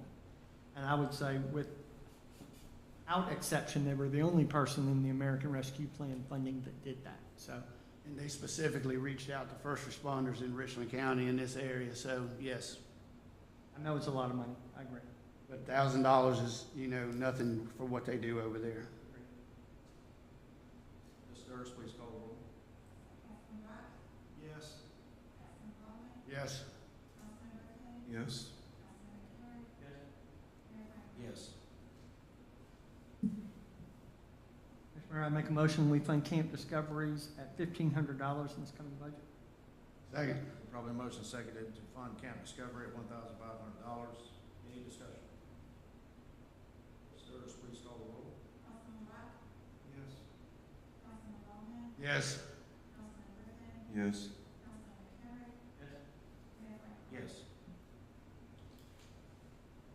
Mr. Mayor, I make a motion, we fund Bethel Hanbury Athletic Association. Again, funding here is a question. I know there was some conversations about the Bethel Hanbury Gymnasium. Is this high enough? Should it be higher? Should it be lower? What is council's feel here? My understanding is the vast majority of this money goes to scholarship programs. So I'll make a motion to fund at 6,000. Second. Probably motion seconded to fund Bethel Hanbury Athletic Association at $6,000. Any discussion? Ms. Hurst, please call the roll. Councilman Rock, Yes. Councilman Ballman, Yes. Councilman Richardson, Yes. Councilman McCary, Mayor Franklin. Yes. Mr. Mayor, I'll make a recommendation that we fund Blythewood Soccer Club at $2,000. Second. Probably motion seconded to fund Blythewood Soccer Club at $2,000. Any discussion? Ms. Hurst, please call the roll. Councilman Rock, Yes. Councilman Ballman, Yes. Councilman Richardson, Yes. Councilman McCary, Yes. Mayor Franklin. Yes.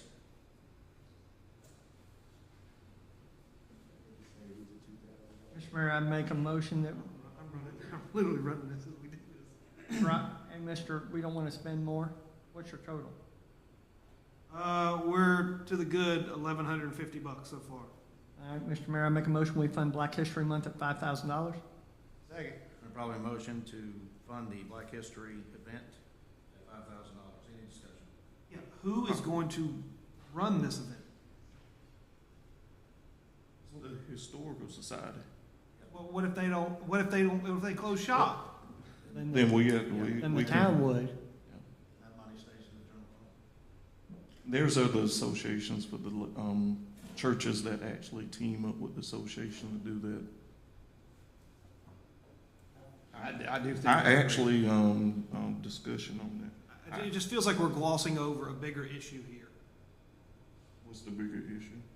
Whether or not we want to support the Historical Society and fund our town's history. I think by us doing this, I think we may be alluding to that we. I think we do, in my opinion. I value what they do. Absolutely. Can I make a discussion on the amendment? Can we go 5,500? Who made the first motion? Councilman McKendrick made that motion. Amended. I'll amend it, that's fine. Thank you. I'll second. It's been probably motion seconded to fund Black History at $5,500. Any discussion? Ms. Durst, please call the roll. Councilman Rock, Yes. Councilman Ballman, Yes. Councilman Griffin, Yes. Councilman McHenry, Mayor Franklin. Yes. All right, I'm gonna make a motion on this next one. But because I know what they spend over there on this is running, I'm gonna do the same thing. I'm gonna ask for $5,500 for Veterans Day. Second. Probably motion to spend $5,500 on Veterans Day event. Any discussion? Ms. Durst, please call the roll. Councilman Rock, Yes. Councilman Ballman, Yes. Councilman Griffin, Yes. Councilman McHenry, Yes. Mayor Franklin. Yes. Third grade study. I'll make a motion that we fund it at $500, which Second. will wash out this entire section. Second. Probably motion seconded to fund the third grade study at $500. Any discussion? Just one point of discussion since Malcolm is here. Malcolm, how much do they spend on, I know there was one third grade field trip that they canceled because of participation. How much are they spending on the third grade trip? And I'm not opposed to increasing it if you need it, but I don't want to balance this by just giving the last item the balance. I can't give you a solid number, but we provide refreshments for the kids. We had a tremendous turnout. I was involved with it for like 4 or 5 hours. People come in. I'm pretty sure we like to use the stream. Well, also keep in mind, Councilman McHenry, if they're capped at 350 and we bump their budget up by 40%, they can enhance the experience by that $150. And What- again, what in the was your grand total? scheme of, huh? 500? Yeah, 500. And in the grand scheme of things, it's like 0.2% of the $71,000 we're debating here. This truly doesn't move the needle. Ms. Durst, please call the roll. Councilman Rock, Emphatically, yes. Councilman Ballman, Yes. Councilman Griffin, Yes. Councilman McHenry, Yes. Mayor Franklin. Yes. It's even. 71,500, whatever it was. 71,500. 71,500. Okay. So that leaves us with the 18,500. Let's see if you stay with 90,000. What I want to do No, is go off. that doesn't matter. 90,000 is an arbitrary number. Right, You only need to spend what you need to spend. You were just capped at 90,000 or whatever number the council decides upon. That was only The number now the council decided upon is $71,500. There's your number. for these three events. Yeah, for those three sections. Categories, that's correct. So, We came in under your, Came in under your number. So, Mr. Mayor, you're gonna want to go through the other. Yes. Yep, you wanna drive this one, cause, or, this one's gonna take an arbitrary, you're gonna have to come up with a figure here too. So, I just want to preface, in going here, my votes are going to be cast primarily on the subcommittee I served on prior to this one. So, again, for those people who are here, most of them have left, I don't blame them, or watching from home, this is not a judgment on the event. This is in line with an tax policy that is giving money in some cases to schools and has requested funding come in line. So I just don't want anybody to think this is 100% arbitrary. There's a lot of work that, for all of us that have went into this. So, Mr. Mayor, do you want to handle the other? I think I will. we've done ours. Well, before we get started, Mr. Williamson, can you tell us which of these we can cross off that are being funded through hospitality? If I'm not mistaken, the first line item, the golf, is being funded through hospitality, correct? Yes, that's right. All right, and then number, I guess it's number 4. I don't see Ribfest on here.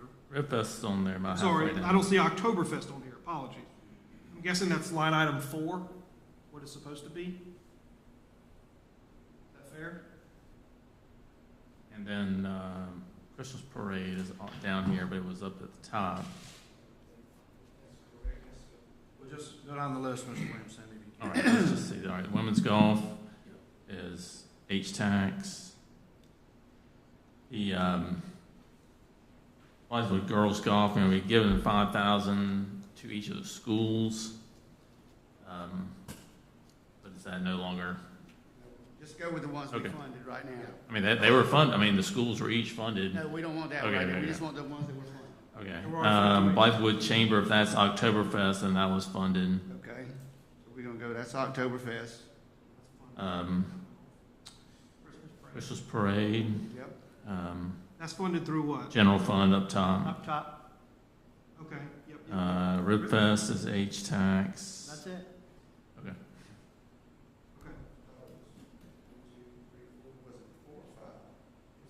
Well, we had 4th of July, It was tree actually- lighting, golf, Oktoberfest, Rib Fest. It was actually only 3, but Yeah. Christmas parade's up on top.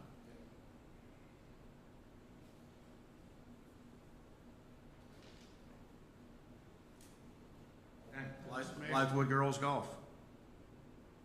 What is the impact, the way I look at it, what's the impact on the town? I think it's a huge impact myself, but, you know, that's how, just my opinion. Bring him in, I'm of the opinion we fund them at $4,500. So, Mr. Mayor, I'll wait till the discussion. Is that a motion, Councilman Baldwin? I will make that a motion, yes, sir, $4,500. I'll second it just to get to discussion and a vote. It's been probably motion and seconded to fund Blythewood girls golf at $4,500. Any discussion? Yes. Members of council, there are going to be several items that come before us that are related and directly tied to Richland School District 2. 5. 1, 2, 3, 4.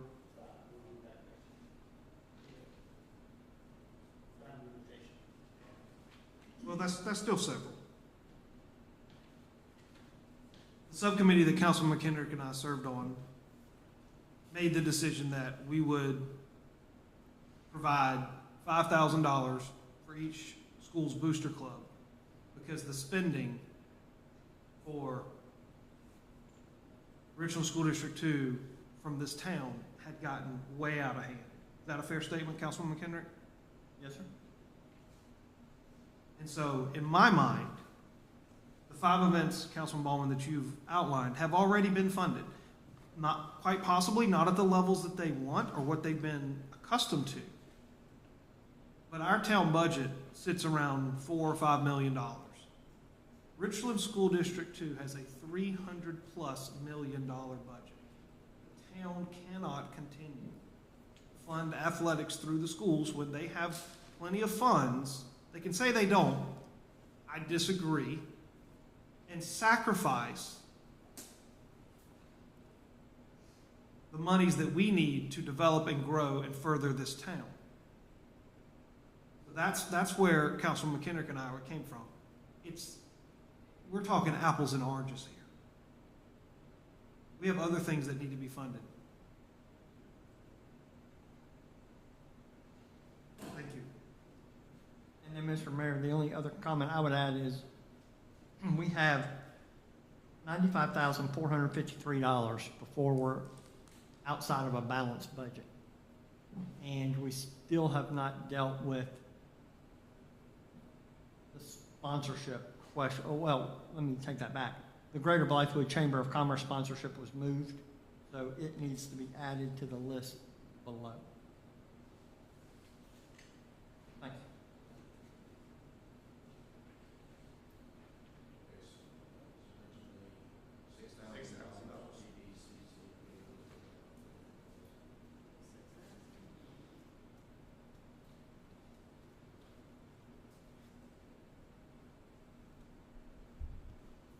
All right, Mr. Hurst, call the roll, please.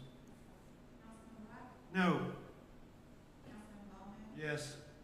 Councilman Griffin, No. Councilman McCarrick, No. Mayor White. Yes. Range for Hope. Golf program. Please. I'll make a motion to fund Range for Hope at 7,500. Second? And probably motion seconded to fund Range for Hope at $7,500. Any discussion? Yeah, this is another one of these events that, Mr. Mayor, if you want to use your point system, this one's gonna work against you. It's 144 people coming to play in a golf tournament. Do the math on that one. Yeah, 7,500 divided by 144, that's $52. We're paying $52 for people to come into the town. And it's not open to the public. It's not open to the public. It is a pay-to-play event. The cause is great. Alvin King is a wonderful person. There are other similar events on here like this that I'm also going to vote no for. It just doesn't simply meet the criteria. How does this benefit the public? We want to talk about the public purpose doctrine. How does this benefit the public as a whole? Not some individuals that come into the town and play golf. How does this benefit the public? If you can answer that question, any of you can answer that question with a rational argument that actually makes sense, I'll vote yes. We're paying $52 for people to come to play golf in this town. It'd be the other way around. We are. It's a great cause. But yeah. It's a great cause. And just, let's look at the cause. It's an adaptive for handicapped veterans that have been wounded in war or disabled, So, Councilman Ballman, what's the definition of Purple Heart? Huh? The Purple Heart. We're a Purple Heart community. What's the definition of the Purple Heart? They were wounded in battle. So this They don't have supports. to be, they don't have to be disabled though. No, but I'm just They saying are this. wounded in battle So we call in the service of our country. Again, I ask the question, how does this benefit the public, the entire citizenship of Blythewood? It's a great cause. And Mr. King stood before us and said that he will go out and write grants, that he's doing that in anticipation of not receiving funding. He's one of the only ones that stood up and said that, along with the Historical Society. Again, I'm not knocking the cause. I mean, I'm happy to donate to the cause. It's a great cause. Just don't know if it's the town's responsibility to fund it. And maybe we don't go to zero. Mr. Mayor, if I may. Yes, sir. There were two, Range for Hope, and then he has another one, Fairways for Freedom. I actually, as we went through this, tried to see if they qualified and where they best qualified. And sponsorships was the last one I got to, in my opinion, although it's a great event, they do a great job, but I agree with Councilman Brock, it's limited participation. And he wouldn't qualify for our sponsorship criteria because recipients must use the award funds to benefit the town of Blythewood. It's not a town-wide event. It's a limited scope event. So I wouldn't even here be comfortable voting for a sponsorship, although I think he offers a fantastic service to veterans. So would you argue a lesser amount? It's really hard to argue any, just because it doesn't fit the criteria. You're trying to shove a square peg in a round hole. I agree with Councilman Brock. This for me is a no at any level, but not, again, not because I'm knocking him. And kudos to him. He understood where we were going and full throttle said he's going to get grants. He's moving forward. He's doing the right thing. And I mean, I'll personally reach out and support him. Absolutely. That's not, in my opinion, not the council's job. Some of us up here are are basing their decisions on emotions. And you have to remove the emotions and look at the policy and how the policy and or state statute would govern a decision like this. That's what we're charged to do. We're charged to make difficult decisions. This is a difficult decision because we all know Mr. King. Well, and we all know people who serve this country. Absolutely. who deserve to learn how to play golf and enjoy time outside on a golf course. Call the questions, Mr. Mayor? Sorry. I'll call the questions. Ms. Durst, please call the roll. Councilman Black, No. Councilman Ballman, Yes. Councilman Liston, Yes. Councilman McCary, No. Mayor Mike. Yes. Blythewood Artist Guild, $5,700.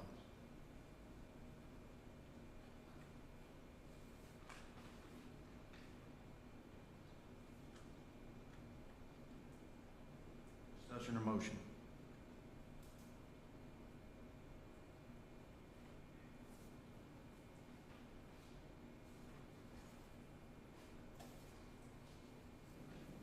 Make a motion to fund the Artist Guild at $5,700. Second. And probably motion seconded to fund the Blythewood Artist Guild, $5,700. Any discussion? Mr. Mayor, it kind of falls along the same argument of Range for Hope, except the fact that this event is open to the public. I will say, though, that this event is a collection of for-profit individuals that are housed under a nonprofit, which does make it eligible. Would you be open to a friendly amendment to reduce that number? Go ahead, please. 3,500. I'll second that. Well, he has to accept it Well- first. Okay, I amend my motion to fund the Blythewood Artist Guild at $3,500. All right, you'll get my vote. Second. And probably motion seconded to fund Blythewood Artist Guild at $3,500. Any discussion?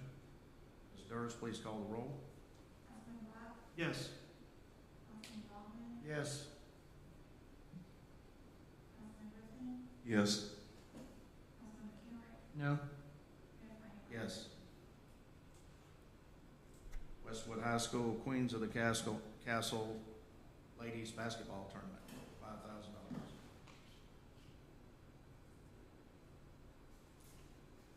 Discussion or motion?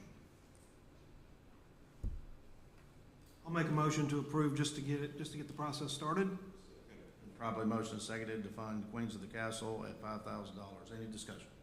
Same argument as Blythewood Girls Golf, it's already been funded.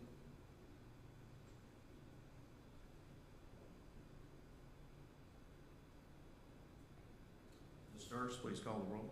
Councilman Black, No. Councilman Ballman,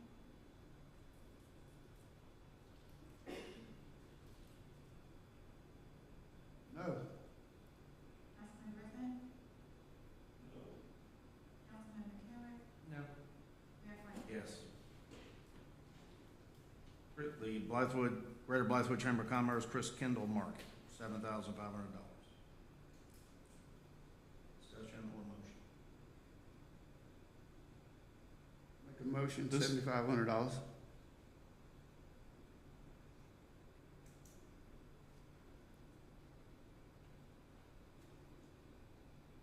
I'll second it just to get a vote. Probably motion is seconded to fund the Chris Kendall Market at $7,500. Any discussion? Anything I would add here is by H-tax policy, they would not qualify. They've already maxed out. That's correct. Mhm.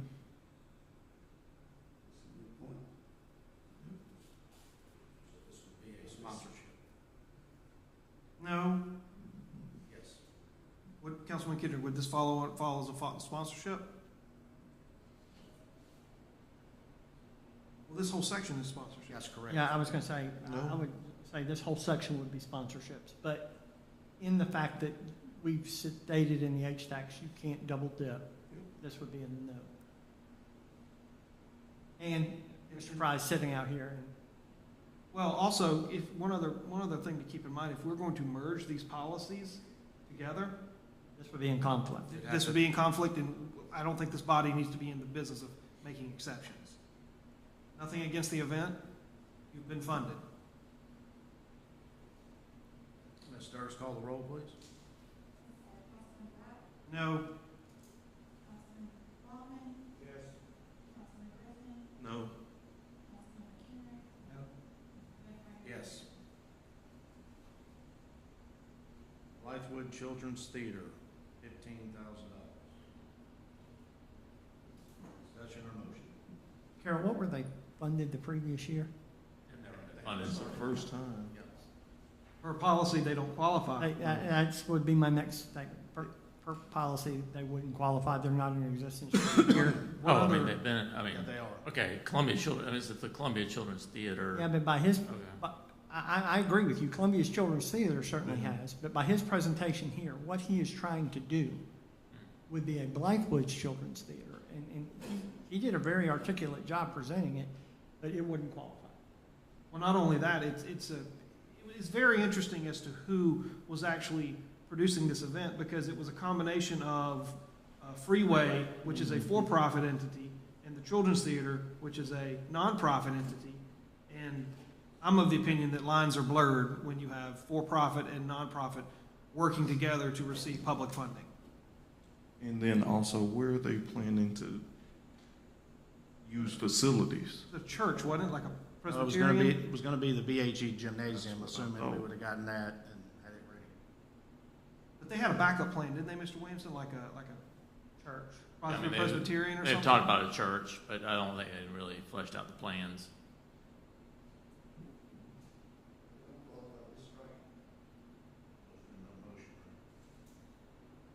I'll make a motion to approve so we I'll can get this second. process going. They probably motion is seconded to fund the Blythewood Children's Theater $15,000. Any discussion? Ms. Durst, please call the roll. Councilman Batt, No. Councilman Ballman, Councilman Griffin, No. Councilman McHenry, Mayor Craig. No. Run with Rotary. Make a motion, we approve at 6850. Second. Been properly motion is seconded to sponsor the Run for Rotary at $6,850. Any discussion?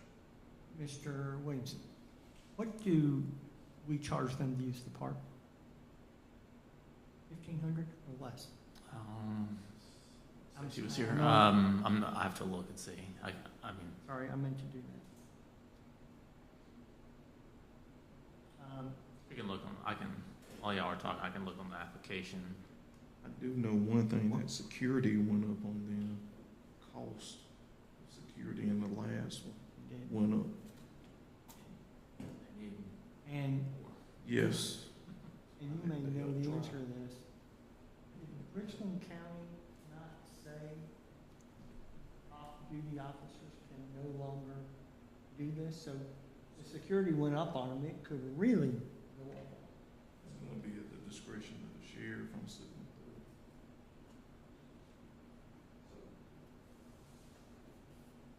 Before we dive into their financials, which is potentially not our business, I still want to figure out, how does this benefit the town of Blythewood? It's, again, you have to pay to be able to run in the race. I participated with an organization that had a race, and Facebook was flooded with people complaining about road closures and businesses, people not being able to get to their business, and it was just, for lack of a better word, a cluster of a situation. And at $6,800, it would strike me as we're funding the entire event. Like, how does this benefit Blythewood? What do they use the money for? Scholarships, probably.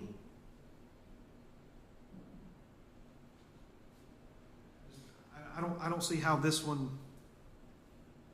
I just don't see how this benefits Blythewood. It brings some runners into town, yes. If you have 200 runners, $35 a piece for people to, and they pay.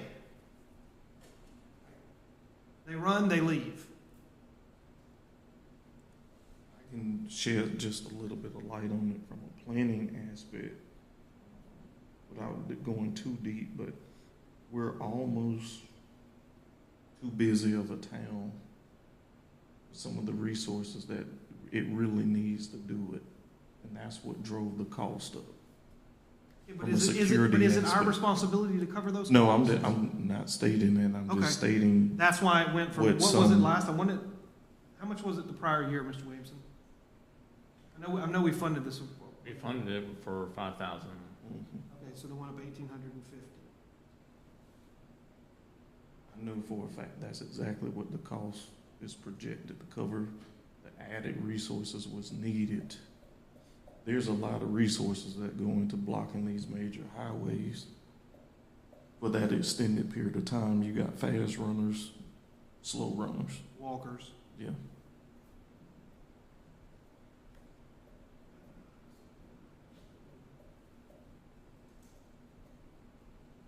Okay, Ms. Sturts, call the roll. Councilman Rock, No. Councilman Ballman, Yes. Councilman Griffin, Yes. Councilman McCary, No. Mayor Franklin. Yes. That was at 68.50? Just keeping my total here. The Doco Meadows Park rental was, they budgeted $600. You get an 11-to-1 return on our money. That's terrible. Westwood Red Hawks baseball tournament, $5,000. I'll make a motion. Second. And probably motion seconded to fund the Red Hawks baseball tournament at $5,000. Any discussion? Ms. Sturts, call the roll. Councilman Rock, No. Councilman Griffin, Councilman Ballman, No. Councilman Griffin, No. Councilman McCary, No. Mayor Franklin. Yes. Parks Hutto Bengal Invitational Golf Tournament, $5,000. Make a motion to approve. Second. Probably motion and seconded to fund the Parks Hutto Bengals Invitational Tournament at $5,000. Any discussion? Ms. Sturts, call the roll. Councilman Rock, No. Councilman Ballman, Yes. Councilman Griffin, No. Councilman McCary, No. Mayor Franklin. Yes. Fairways to Freedom Golf Tournament, $7,500. Make a motion to approve. Yeah.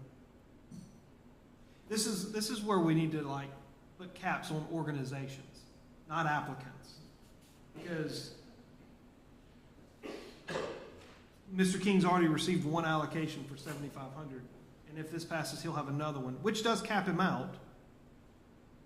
But that's excessive in my opinion. Do we have a second? Probably motion seconded to fund Fairways of Freedom at $7,500. Any discussion? Ms. Sturts, please call the roll. Councilman Rock, No. Councilman Ballman, Yes. Councilman Griffin, Yes. Councilman McCary, No. Mayor Franklin. Yes. The Most or Mothers of Slain Teens Outreach Gala, $7,500. You can remove this one. Yes.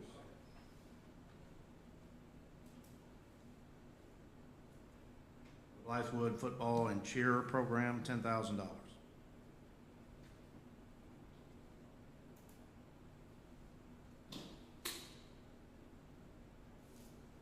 I'll make a motion.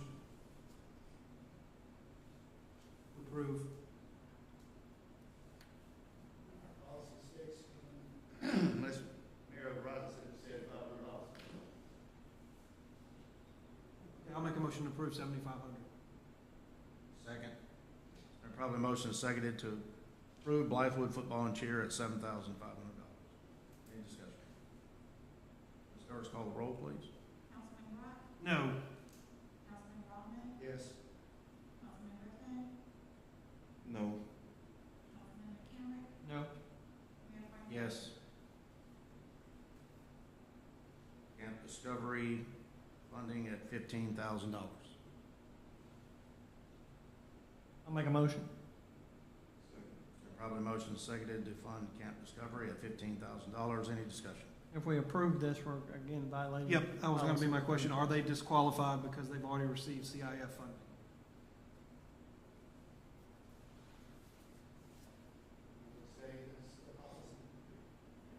Roll, call the question. Ms. Sturts, please call the roll. Councilman Rock, No. Councilman Ballman, Councilman Griffin, No. Councilman McCary, Mayor Franklin. Yes. And I added here, so it's a change, and move Greater Blythewood Chamber of Commerce sponsorship, $6,000. Make a motion to approve $6,000.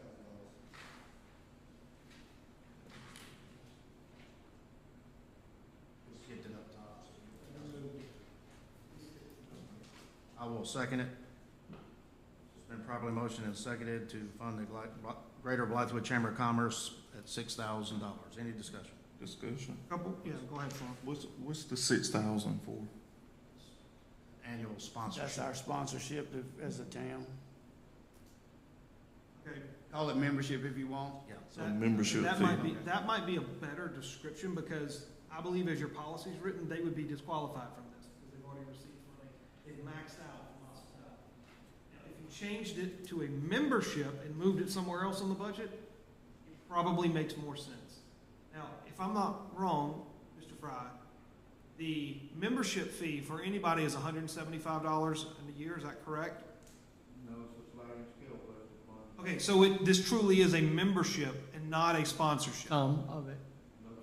Phil, you may want to come up to the microphone. I need some clarification then. Again, I dug into this. Some of this is membership, some of this is sponsorship that the town derives a benefit from. Phil, you may want to come up and unpack what is in that set.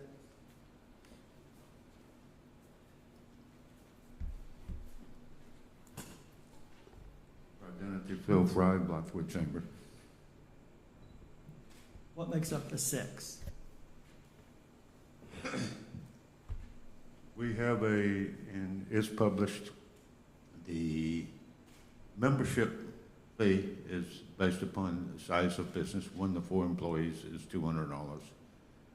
5 to 10 employees is $240, is $270 for 11 to 50, which would be the category which in 11 to 50 employees here in the town. As the scale goes on up to over 300, it's 570. So the membership fee would be at the $270 level. What is included in that sponsorship, which is the same, we have Lexington Medical and Prisma Health, both have signed up for this $6,000 sponsorship. What is included in that is 8 seats at our gala banquet, which is valued at $500, at $125 a couple. Right? Also included is breakfast sponsorships, which we value at $400, and there's 4 breakfast sponsorships during the course of the year, so that's $1,600. There's the golf team in whole, the event sponsorship, which is $650. There's also the Christmas parade sponsorship entry, which is valued at $300, which goes with that is the print that we do and so on and so forth that we do for anyone else. And that $300, by the way, there is no entry fee in addition to that. So it's the standard sponsorship. And let's see, gala, breakfast cards. And those are at $90 a piece. And you're allocated 5 breakfast cards, so that's $450 there. And so anyway, the total package that Prisma Health and Lexington Medical, and in this case would be Town of Blythewood, would be at $4,300. I've got a sheet to spread that out, but it's about $4,400, $4,375, I believe is what it comes out to. So that's monetized at that. I might add that we, historically, last year we did 9 breakfasts here at the Manor, which would pay $150 a piece. So, you know, that's added into it. So that's a benefit that Lexington Medical or Prisma Health don't get. And obviously, we are of the opinion that those breakfasts being held here in the Manor do benefit the town. I would add that the reason, and normally we've had every breakfast here, and the intent last year was when we took 2 to Cobblestone, was to help promote our golf tournament over there. So, you know, that took away $300 from what would have been revenue last year, normally at $1,650. But no, our intent is all 11 of our breakfasts to be here this year. And that's no difference to Cobblestone. They're going through transition, so, you know, they can't tell us if they got space available or what. So anyway, so our contention is, yes, you're actually getting your full value for your money at $6,000, monetized as such. Any further questions?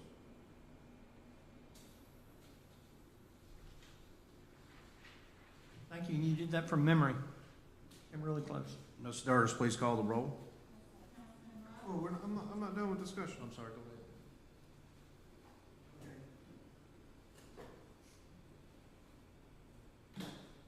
Okay, so the purpose of this policy, I'm gonna read this, it says, for the town of Blythewood to continue to support groups and organizations that by application can show their continued support of the town of Blythewood community through offering Blythewood citizens quality services and events that promote a healthy town, a vibrant town center full of activities and events. How does this sponsorship fit that definition? Because the average citizen can't walk in and attend the breakfast meetings. Absolutely, they could. They can eat the breakfast too? So it's open to the public, anybody can come. Anybody can come, $10 for breakfast. Aha, there you go. For members and 15 for non-members. Okay, so can you come and listen to the meeting without having to pay? Sure. Okay, I asked that question as well. okay, that's fair. I don't think this is the right place for this. I think it needs to be moved to memberships like with League of Cities and the Municipal Association. I don't think this is the right place for this. I don't think it qualifies based on the definition. I'm not opposed to it. I think this is the wrong place. I would agree, it'll clean it up on the spreadsheets. And we could put this in a budget amendment and move it to another line item. This isn't where this belongs. If you're gonna force me to vote tonight, I'm gonna vote no, but I'll vote for it yes if we move it to another line item under memberships, because that's basically what it is. The only caveat, Mr. Mayor, if I may, the only caveat I would put there is it needs to stay in CIF. Memberships need to be a part of CIF. Well, how does the Municipal Association membership in the League of Cities, how does that benefit the community? It doesn't. Well, but no, that is in governing bodies. This is just a membership that the town is buying because they've rolled that membership into the sponsorship. Is where I'm saying it's a community impact fund. You do realize if we move it to another part of the budget, it's the same dollars. I do, Right. absolutely, Right. I do. I think this violates your policy. This is making an exception in my opinion. But if you want to move it to membership, move the membership Right, portion exactly. of that out, which is $270, leave the rest of it under a sponsorship.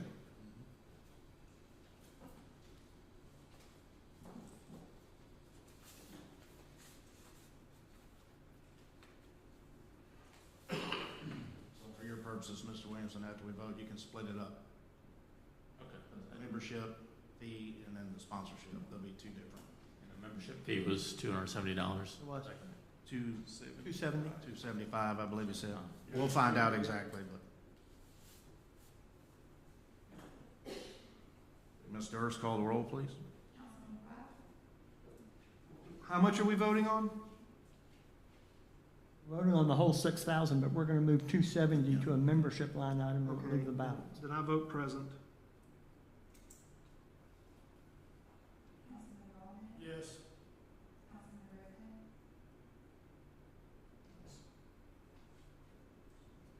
I'm gonna vote present right now. Yes. Yes. Moving to the second page, Blythewood Historical Society Museum, $47,850.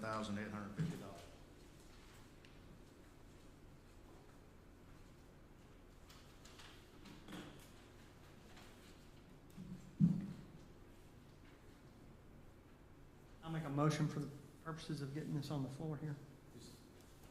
I'll second that. It's been motioned and seconded to approve $47,850 for Blythewood Historical Society and Museum. Any discussion? Discussion. Please. This is covering the part-time employee, right? It's covered a lot more than that. I mean, I'm talking a portion of that with building maintenance and, Building maintenance and But- part-time employee. Malcolm, can you come up and tell us what makes up the 47,850? Now, Phil rattled it off the top of his head. You've got to be able to do at least that. Yeah, that's a hard act to follow. I'm not sure I can. Okay, Um, I've got it. Hold on. I've just got it.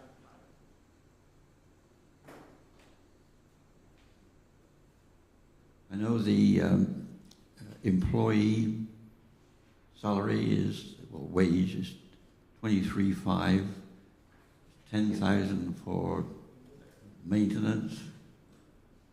I can ballpark it for you. So, The 47,850, it includes the following. It included the 350 for the third grade field trip. It included the $5,000 for Black History and Right. $5,000 for veterans, which Right, have so- already been funded. it's already been So funded. you Yeah. you can knock that, Yeah. 10,350 right off the top. Right, exactly. 23,500 is for the part-time employee, which should be covered by SAT. Right, And then that leaves $14,000. I know $10,000 was for requests for building maintenance. I'm not convinced necessarily that you need that. Your building has been almost completely renovated. So I don't know where the additional $4,000 is. Additional $4,000 was for the quilts. Oh, quilters. quote program. Mr. Gorge, Yes, sir. 10,000 for building maintenance. What is left to do with any renovations or future plans or renovations? It includes all the ongoing maintenance for the property, not just, the So renovating the lawn building. care, So, the fence, lawn care, garden, fence, Garden. security. Okay. We have to pay for Fairfield Electric or Mhm. somebody to service and maintain the security for the museum. So overhead would be a better description. Exactly. Yeah. Versus Operational maintenance. costs. Operational costs. Operational costs or overhead, yes. Okay. And Robin, what is the membership? Be a member of the Historical Society? $100 a year? It's a sliding scale, but yeah, typically I think the minimum's either $25 or $35 for students. for students. Mhm. And then there's corporate membership, where we can ask for as much as we can get. And then you said roughly 100 people a month go through the museum, visitors. Yes. We've had a very encouraging recovery from COVID when that obviously significantly impacted our visitor numbers, but yeah. And Mr. Mayor, this is one of those ones that we have a lot bundled up here that obviously we need to split apart because SAT satisfies the part-time employee, which we'll have to, I would recommend we circle back to at least in discussion. And then, and I've heard it referred to in, talked about even tonight, the Franklin rule, take your participants divided by your cost. And if we do that here, we're right at $50 a visitor that the town pays. That's on top of memberships and everything else. We're right at $50 a visit to the Historical Society and Museum. And I'm not saying that's not worth it. I'm just saying if we're going to apply that rule to some events, we need to try to apply it to as many as we can. And then quilters, we probably need to split out of this because that was a new event as well. That's outside of the sponsorship. I'm trying to work the museum into a true sponsorship for the town. And that 47,850 obviously is not an accurate number. I made the motion, so Is there a second? there was. Yes, there Okay, was. so we're in discussion. Yep. Okay. If you're going to use some sort of ratio, just keep in mind that this council, not everybody, but this council as a whole, we win as a team, we lose as a team. I get that. You don't ever practice that rule. I lose all the time on this team. Are you kidding me? You've coined the property across the street swamp. And I continue to stand by that. And I voted against that That's purchase. a team player, Brock. It's still swampland. I saw Florida Gators over there losing to Utah last week. Councilman Brock, go ahead, please. Point is, SAT can satisfy and should satisfy the part-time employee. We've already funded 3 of the line items in this request.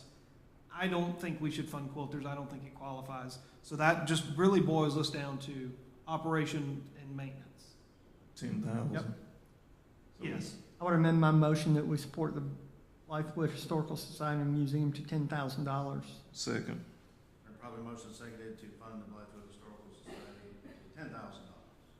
I think with that, also, $10,000 does qualify for SAT, based on the description. I mean, Well, operation and maintenance, I'm just saying. Yeah, at this point, it's 6 and 1 because we're using the balance of SAT to fund the bond. So we can work on that on the spreadsheet. So that washes So, I'll call the question. But I want to make sure Malcolm understands what we're going. Malcolm, you got that concerned look on your face. Yeah, where are we standing with the employee then? SAT. SAT would be. Oh, okay, so you're The only saying, thing you're not getting would be your quilters, which was a program, which was a new program that I think it's been running for 2 or 3 years actually, but you make the call on that. We've got to survive. We've got to be open to do anything. Ms. Durst, call the roll, please. Councilman Rock, The motion was for 10,000, correct, Councilman Correct. Kendrick? Yes. Councilman Ballmer, Yes. Councilman Griffin, yes. Councilman Kenrick, yes. Mayor Franklin. Yes. Thank you very much indeed. Just to cover legal basis here, do we now have to make a motion to fund the employee from SAT? Are we going to do that in budget amendment? Do we It'll do be that on- now? It'll be on the budget amendment, so It, if that's okay with everybody. Well, isn't that outside the scope of this it is. discussion? And It it's is. not, it wasn't Right, but- advertised? I'll put it in the Yeah. budget and y'all can vote That's on what it I'm trying then. to say. You know what I'm saying?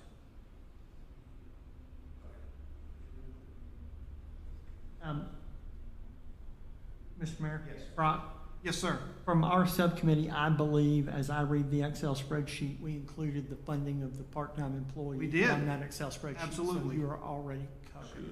I've not seen that. No, sir. I'd like, It's not in the I'd like to budget see now. that. The budget does not reflect. Correct, Right. correct. And I just need to have all the numbers straight because we have a board meeting tomorrow night. $33,500 is what Right. we are proposing to approve for the Historical Society Museum. Next week, but I've got to report back tomorrow. Thank you again. Mayor, Yes, please. as we finish, can I move for a 5-minute recess? Second. Then probably motion seconded for a 5-minute recess. Any discussion? All in favor, signify by saying aye. Aye. Opposed? 5 minutes.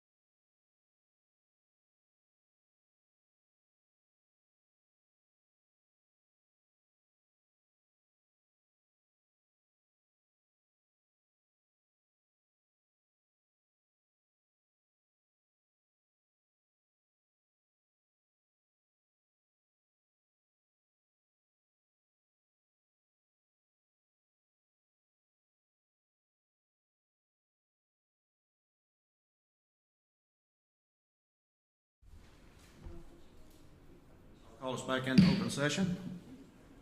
Continue, almost done.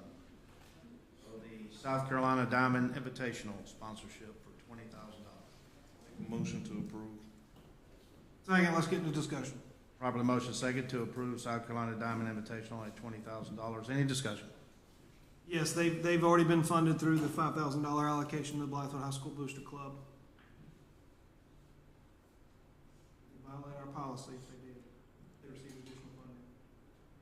Nice event. Mr. Hurst, please call the roll. Councilman Blunt, No. Councilman Ballman, Yes. Councilman Griffin, No. Councilman McHenry, No. Mayor Franklin. Yes. Fall rodeo at $25,000.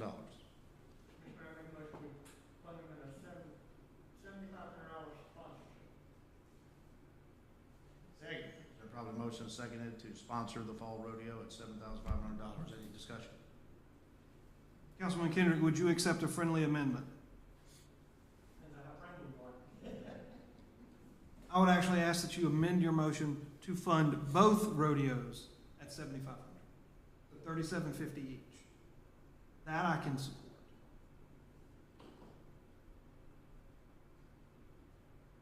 Mr. Hurst, call the roll, please. Councilman Blunt, No. Councilman Ballman, Yes. Councilman Griffin, Present.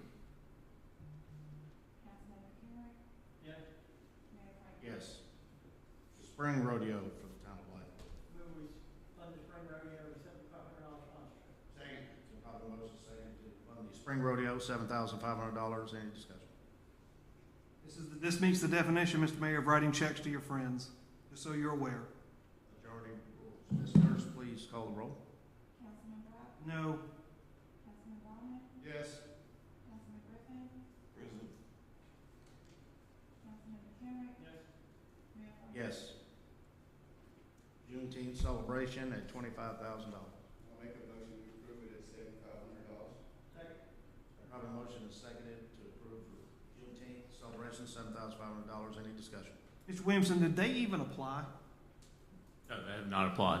Well, that particular group Right. is So who's going to run this event? Yeah, we'll find somebody. No, the particular group didn't apply, and they still could apply. We still could reach out to them to run it. My understanding is that this is just a placeholder. Really, it should have been under cultural events. We can move that up to. I would support it I would support the 75, moving it up to cultural events. Mr. Hurst, call the roll, please. No. You made it. Would you accept moving 7,500 to cultural events? Since it come back, I'll second it.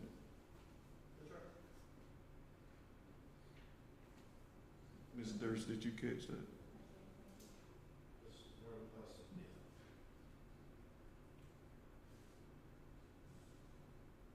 Just for clarification, this item, the motion is to approve at $7,500 and relocate under cultural events line item 235110-372. Is that correct? That is correct, and it is a placeholder. All right, call the question. Mr. Hurst, call the roll, please. Councilman Blunt, Yes. Councilman Ballman, Yes. Councilman Griffin, Yes. Councilman McHenry, Yes. Mayor Franklin. Yes.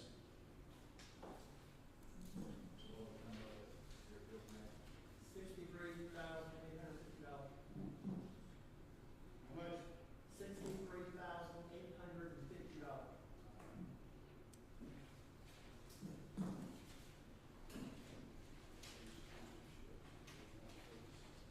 For clarification, when you see it in the budget, we're gonna have, these line items gonna be the same, or is it all going to be one big one? So, community events, outside agency requests, cultural events, you wanna see them as Oh, I didn't. three separate, those three is three separate ones, and then a Hang new on, line guys. item. I can't hear. I would recommend you take this is what I say. 19. Recommend you take the original budget spreadsheet that you have with zeros all in it, plug all the numbers in red. Right, yeah. I'm just trying to make sure that, The only new line item is this other. The other ones have, I mean, these are existing. I thought at one point we were lumping everything into one. Okay. But weren't we gonna call that sponsorships? So you can make a Okay, but it's a, yeah. sponsorship. We don't have that, I don't think. Correct. Would it be community impact fund? Community impact funds, like we're under community impact funds, but it's a sponsorship section. So you're gonna have 4 sections. You're gonna have current community events, you're gonna have current outside agencies, you're gonna have current cultural events, which Juneteenth would be moved up under, and then you're gonna have sponsorships. And all 4 of those headings will follow the CIO. That's exactly right. Mr. Mayor, I'd like to make a motion to reconsider the farmer's market. It was approved 5-0 at an $8,000 allocation, yet the policy limits it to $7,500. Agreed. Is that a second, Councilman McHenry? Yes. All right, it's been probably motion and seconded to amend, No, it's to reconsider. to reconsider, We will apologize. need to do another the, motion. Farmer's market to $7,500. Any discussion? Ms. Durst, call the roll, please. Councilman Webb? Yes. Councilman Ballman? Yes. Councilman Griffin? Yes. Councilman McHenry? Yes. Mayor White? Yes. Now I'll make a motion to approve the farmer's market at $7,500. Second. Probably motion seconded to approve the farmer's market at $7,500. Any discussion? Ms. Durst, call the roll, please. Councilman Webb? Yes. Councilman Ballman? Yes. Councilman Griffin? Yes. Councilman McHenry? Yes. Mayor White? Yes. Part B tonight is discussion and approval of allocation. Oh, go ahead. Please. Just add 2 more. Councilman McHenry. Only because I hope I know where we're going if we say we're gonna move toward one event. I would move to reconsider the Blythewood Historical Society Museum and move that $10,000 from this portion of the budget. Because this is not a sponsorship, this is for maintenance. And Carol, where is the best place in the budget? Because that's not a community impact fund. SAT is the best place for it. If you want to do it there, SAT. SAT is the best place to put it. I would move to reconsider. Second. Historical Society Museum, Second. That's been properly motion. can we have unanimous consent? Yes. Yes. And now move that we move that portion to SAT. Second.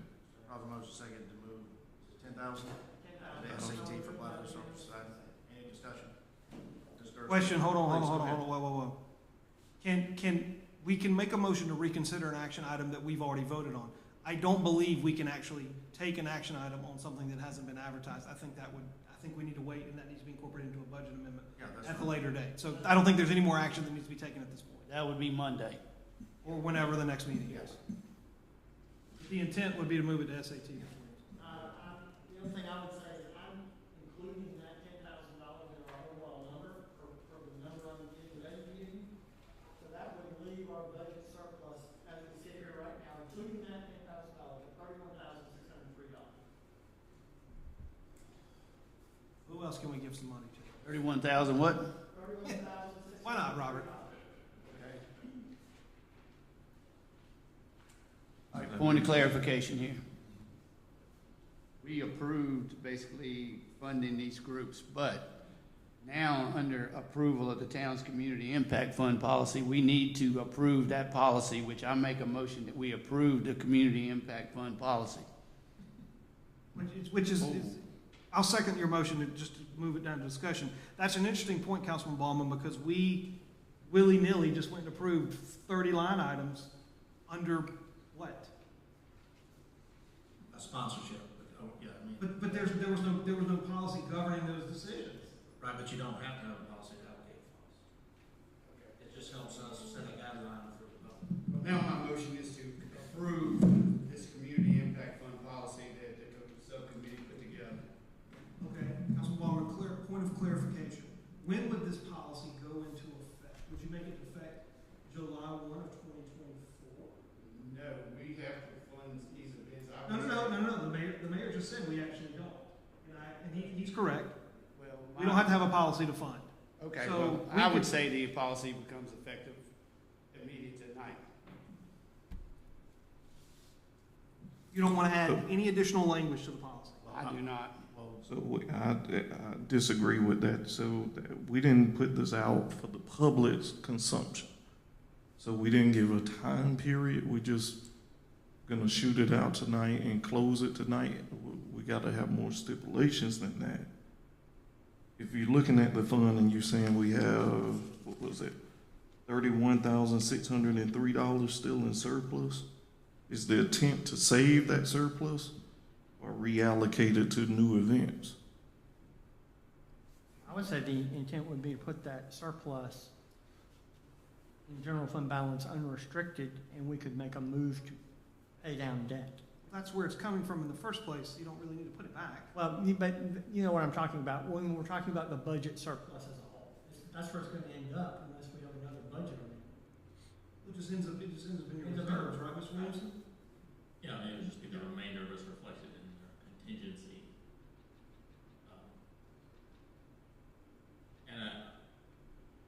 What I would say is all these motions tonight are motions to be on a budget amendment, not, you're not actually amending the budget, so. That's correct. When we write the minutes, that's how we're going, right?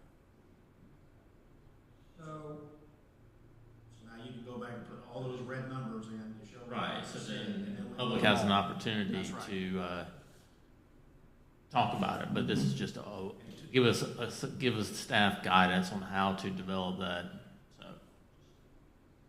Councilman Ballman.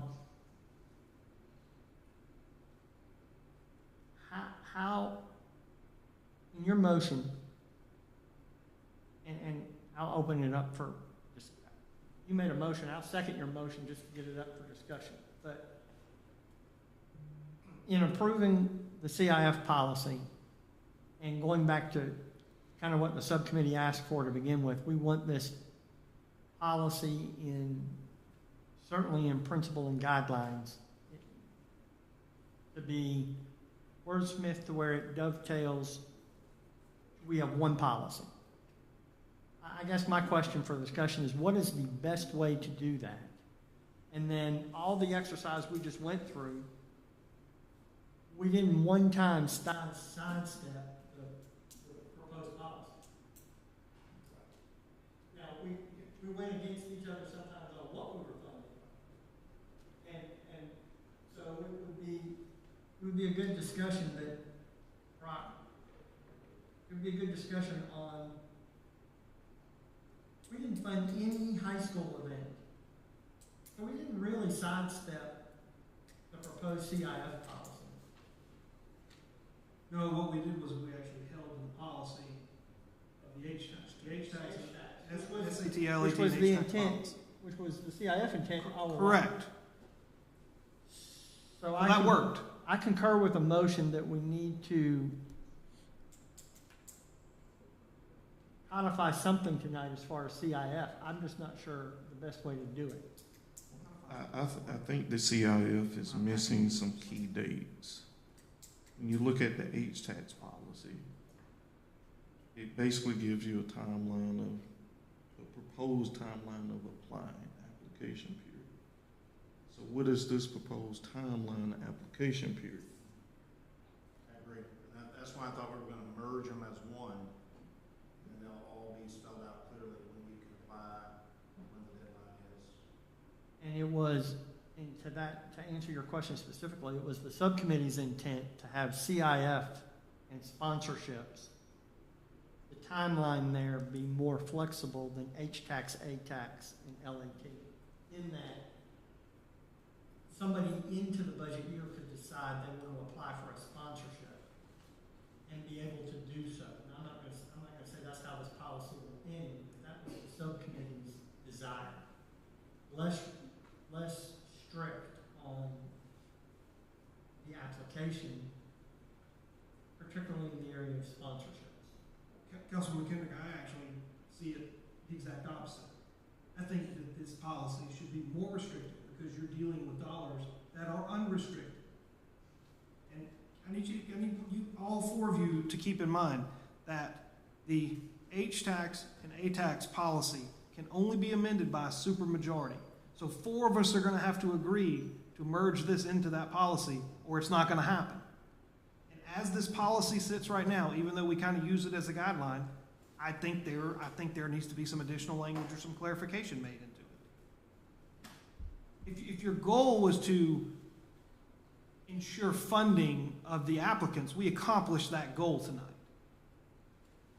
And yes, your policy was a roadmap.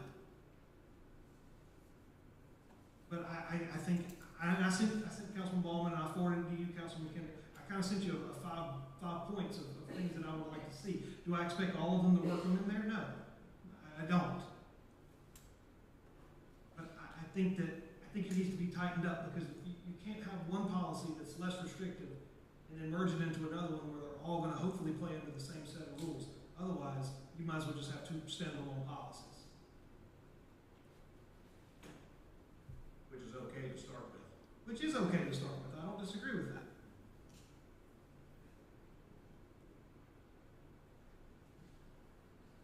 So, for the purpose of getting to one policy,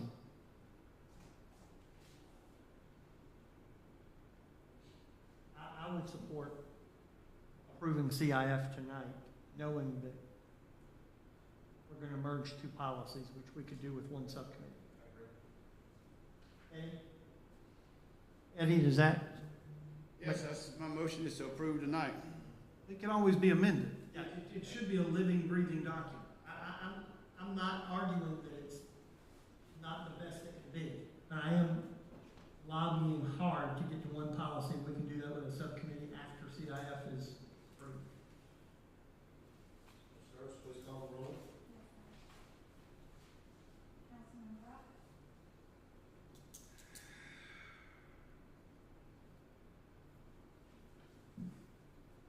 Yes. Councilman Ballman, Yes. Councilman Griffin, Yes. Councilman McHenry, Yes? Mayor Franklin. Yes. Thank you. Part B, in action items, discussion and approval of allocation of 30% SAT funds. Mr. Williamson. Thank you, Mr. Mayor. In the budget we passed, we just had a block of $39,900, and there was discussion about splitting them, including the chamber as part of that, as well as the other two, but there was never any guidance, and so I just think, we're now in September. These are funds that we are required to use. I just want to get some guidance from y'all on. What was that total? $39,900 on how to allocate those funds, and then based on which organization, and then we can discuss how they are used. Or the other thing we can look at is we've talked a lot about this geofencing and using that as a guide for what they advertise. And a while back I sent y'all an email of a kind of proposal for that I thought might be useful as we try to figure out how to target specific events and guide these tourism organizations on how to best advertise for the town. So just want to revisit that. Requalifying entities, right? Is that what you said? Correct. Well, And that is who, besides the Greater Blythewood Chamber of Commerce, Experience Columbia SC Okay. and Lake Murray Country. Murray Country, the Experience Columbia. okay, point of clarification. You said we have 3 qualified organizations. I would agree with Experience SC, and I would agree with Lake Mary. Does the Chamber of Commerce have an existing ongoing tourist promotion program? I read that directly from Title VI. Right, I think in the parentheses it says Chamber of Commerce, does it not? It does, but only if Okay, I mean, I hear you. they have an existing ongoing tourism promotion program. I don't know. I mean, that's up to the legislative body to decide if they do or not. But That's what Title VI says. Mr. Mayor, I make a motion. I would like to make a motion to use the 39.9, approving the geofencing, which I believe, Carol, it was 8? That was 8, yes. 8. Yeah. So I would make a motion that we use the 39.9, Experience Columbia 10, Lake Murray 10, Blythewood Chamber 10, and 9,900 for, not to exceed 9,900 for geofencing. All right, the only thing with that is that they have to go to one of these organizations for that 30%. So what you're saying is one of those organizations Has to run the geofence. run the geofencing. Yeah, my question would be if in Title IX, for tourism related, the town can't buy the geofence? You can do it with HSACs and, You mean Title VI? I'm sorry, Title VI. And I read that, because we're gonna be using this to monitor tourism. Again, this is gonna fall for me under that. I don't wanna join or be a member of something that we're restricted on using. I'd rather figure out yeah, a way for us to own it, right. the full scope of what it's capable of. And, Instead of I've going only to- got one quote. Well, we can, you just can't use the 30% SAT. It has Right, to go right. to a DMO, Okay. direct marketing, or Right. direct marketing, Regional. yeah, well, Then I would make a motion that we take the 39.9 and divide it by the 3 qualified. Second. Probably motion seconded to divide the 39.9 amongst the 3 organizations. Any discussion? So we're basing this on what we perceive the chamber is not a qualified marketing. Is that what you're saying? So the chamber, so each of these organizations will submit an application. They did that last time. And so then they will explain that, how they meet the criteria. So why can't we wait until that happens? We can. I just didn't want to move forward on anything until I got guidance from you. So you could move without a vote to get them to come and present, because we still have some outstanding things that are due from Lake Murray. We do. So that's what I'm saying, we're moving real fast with this move. Yeah, and all I'm looking for is like, what was you Experience Columbia needs to help, because they were talking about the geofence. You're supposed to bring back examples. Now, they own subscribe. We have not asked them to do anything. I've talked about an amount. We haven't done nothing. In their last presentation coming. Right. I think they were in anticipation of us allocating some kind of funds for them. I asked. Mm-hmm. It was a consensus up here that we wanted to see an example, real example. Pick an event, they show us what this product does. You're saying we need to allocate this because the clock is ticking. Well, I would say, why wouldn't the town just go out there and get that by itself? Then it owns it, and I've done that. We've got one quote, so we know it exists. The guy's giving us a demo, and we know that information is out there. And then say, okay, based on that, this is what we want, and then say, okay, give me an application based on what we want you to do. But Lake Murray Country has been waiting to come since July on, in fact, they were here when the meeting got canceled. So they're waiting to give their final report, but they have not budgeted anything new, because we haven't given them any indication that we're doing anything. In our budget workshops, we talked about doing this 3 ways. This was brought up in a budget workshop, so this is not fast tracking anything or speeding through it. And I can ask them to each give me an application with 1/3 of the amount, and and bring that back to council, and they can each come present. And then based on that, y'all can say, divvy up. I think the caveat for the chamber falls under this language. It says to be eligible for selection, the organization must be organized as a nonprofit organization, check, and shall demonstrate to the municipality or county that it has an existing ongoing tourism promotion program, question mark, or, and here's your catch, Councilwoman, or that it can develop an effective tourism promotion program. That's your catch-all. But to Mr. Williamson's point, there needs to be a roadmap put in place that tells this council how they're going to do it. And then tell us what you're going to do, show us what you did, and then tell us what you did.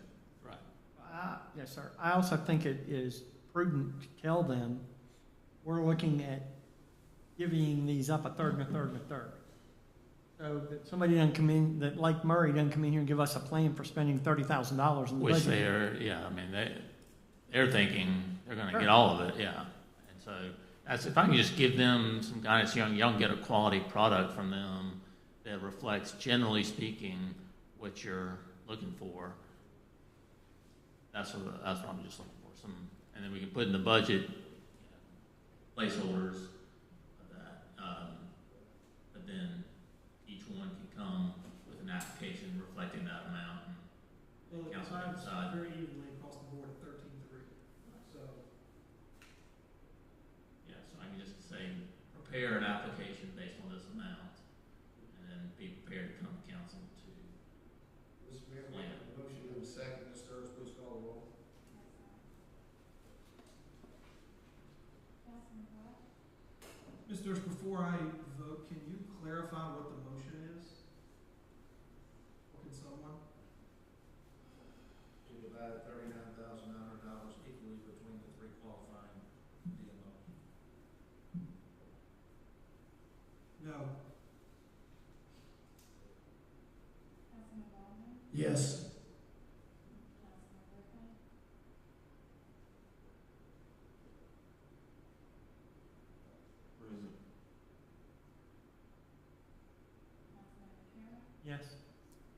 Yes.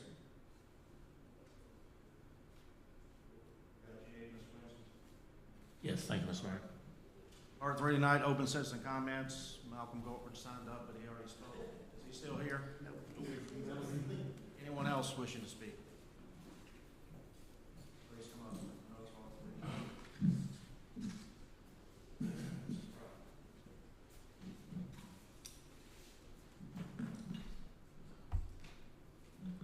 I got text that nobody could hear anybody talking up here. In fact, they said to make a motion to upgrade the sound system. Came from abroad. I want to comment on what was just passed here on the 3-2 vote or 3 vote and a no on president. Geofencing system. We have, at the chamber, been looking at, we've had several proposals come to us and so on and so forth.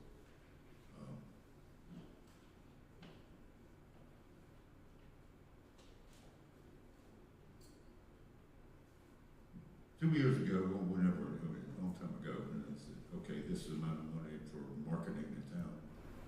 And as I looked around, and I think I used the term pretty much at that point in time, you're shooting for the moon by the thimble.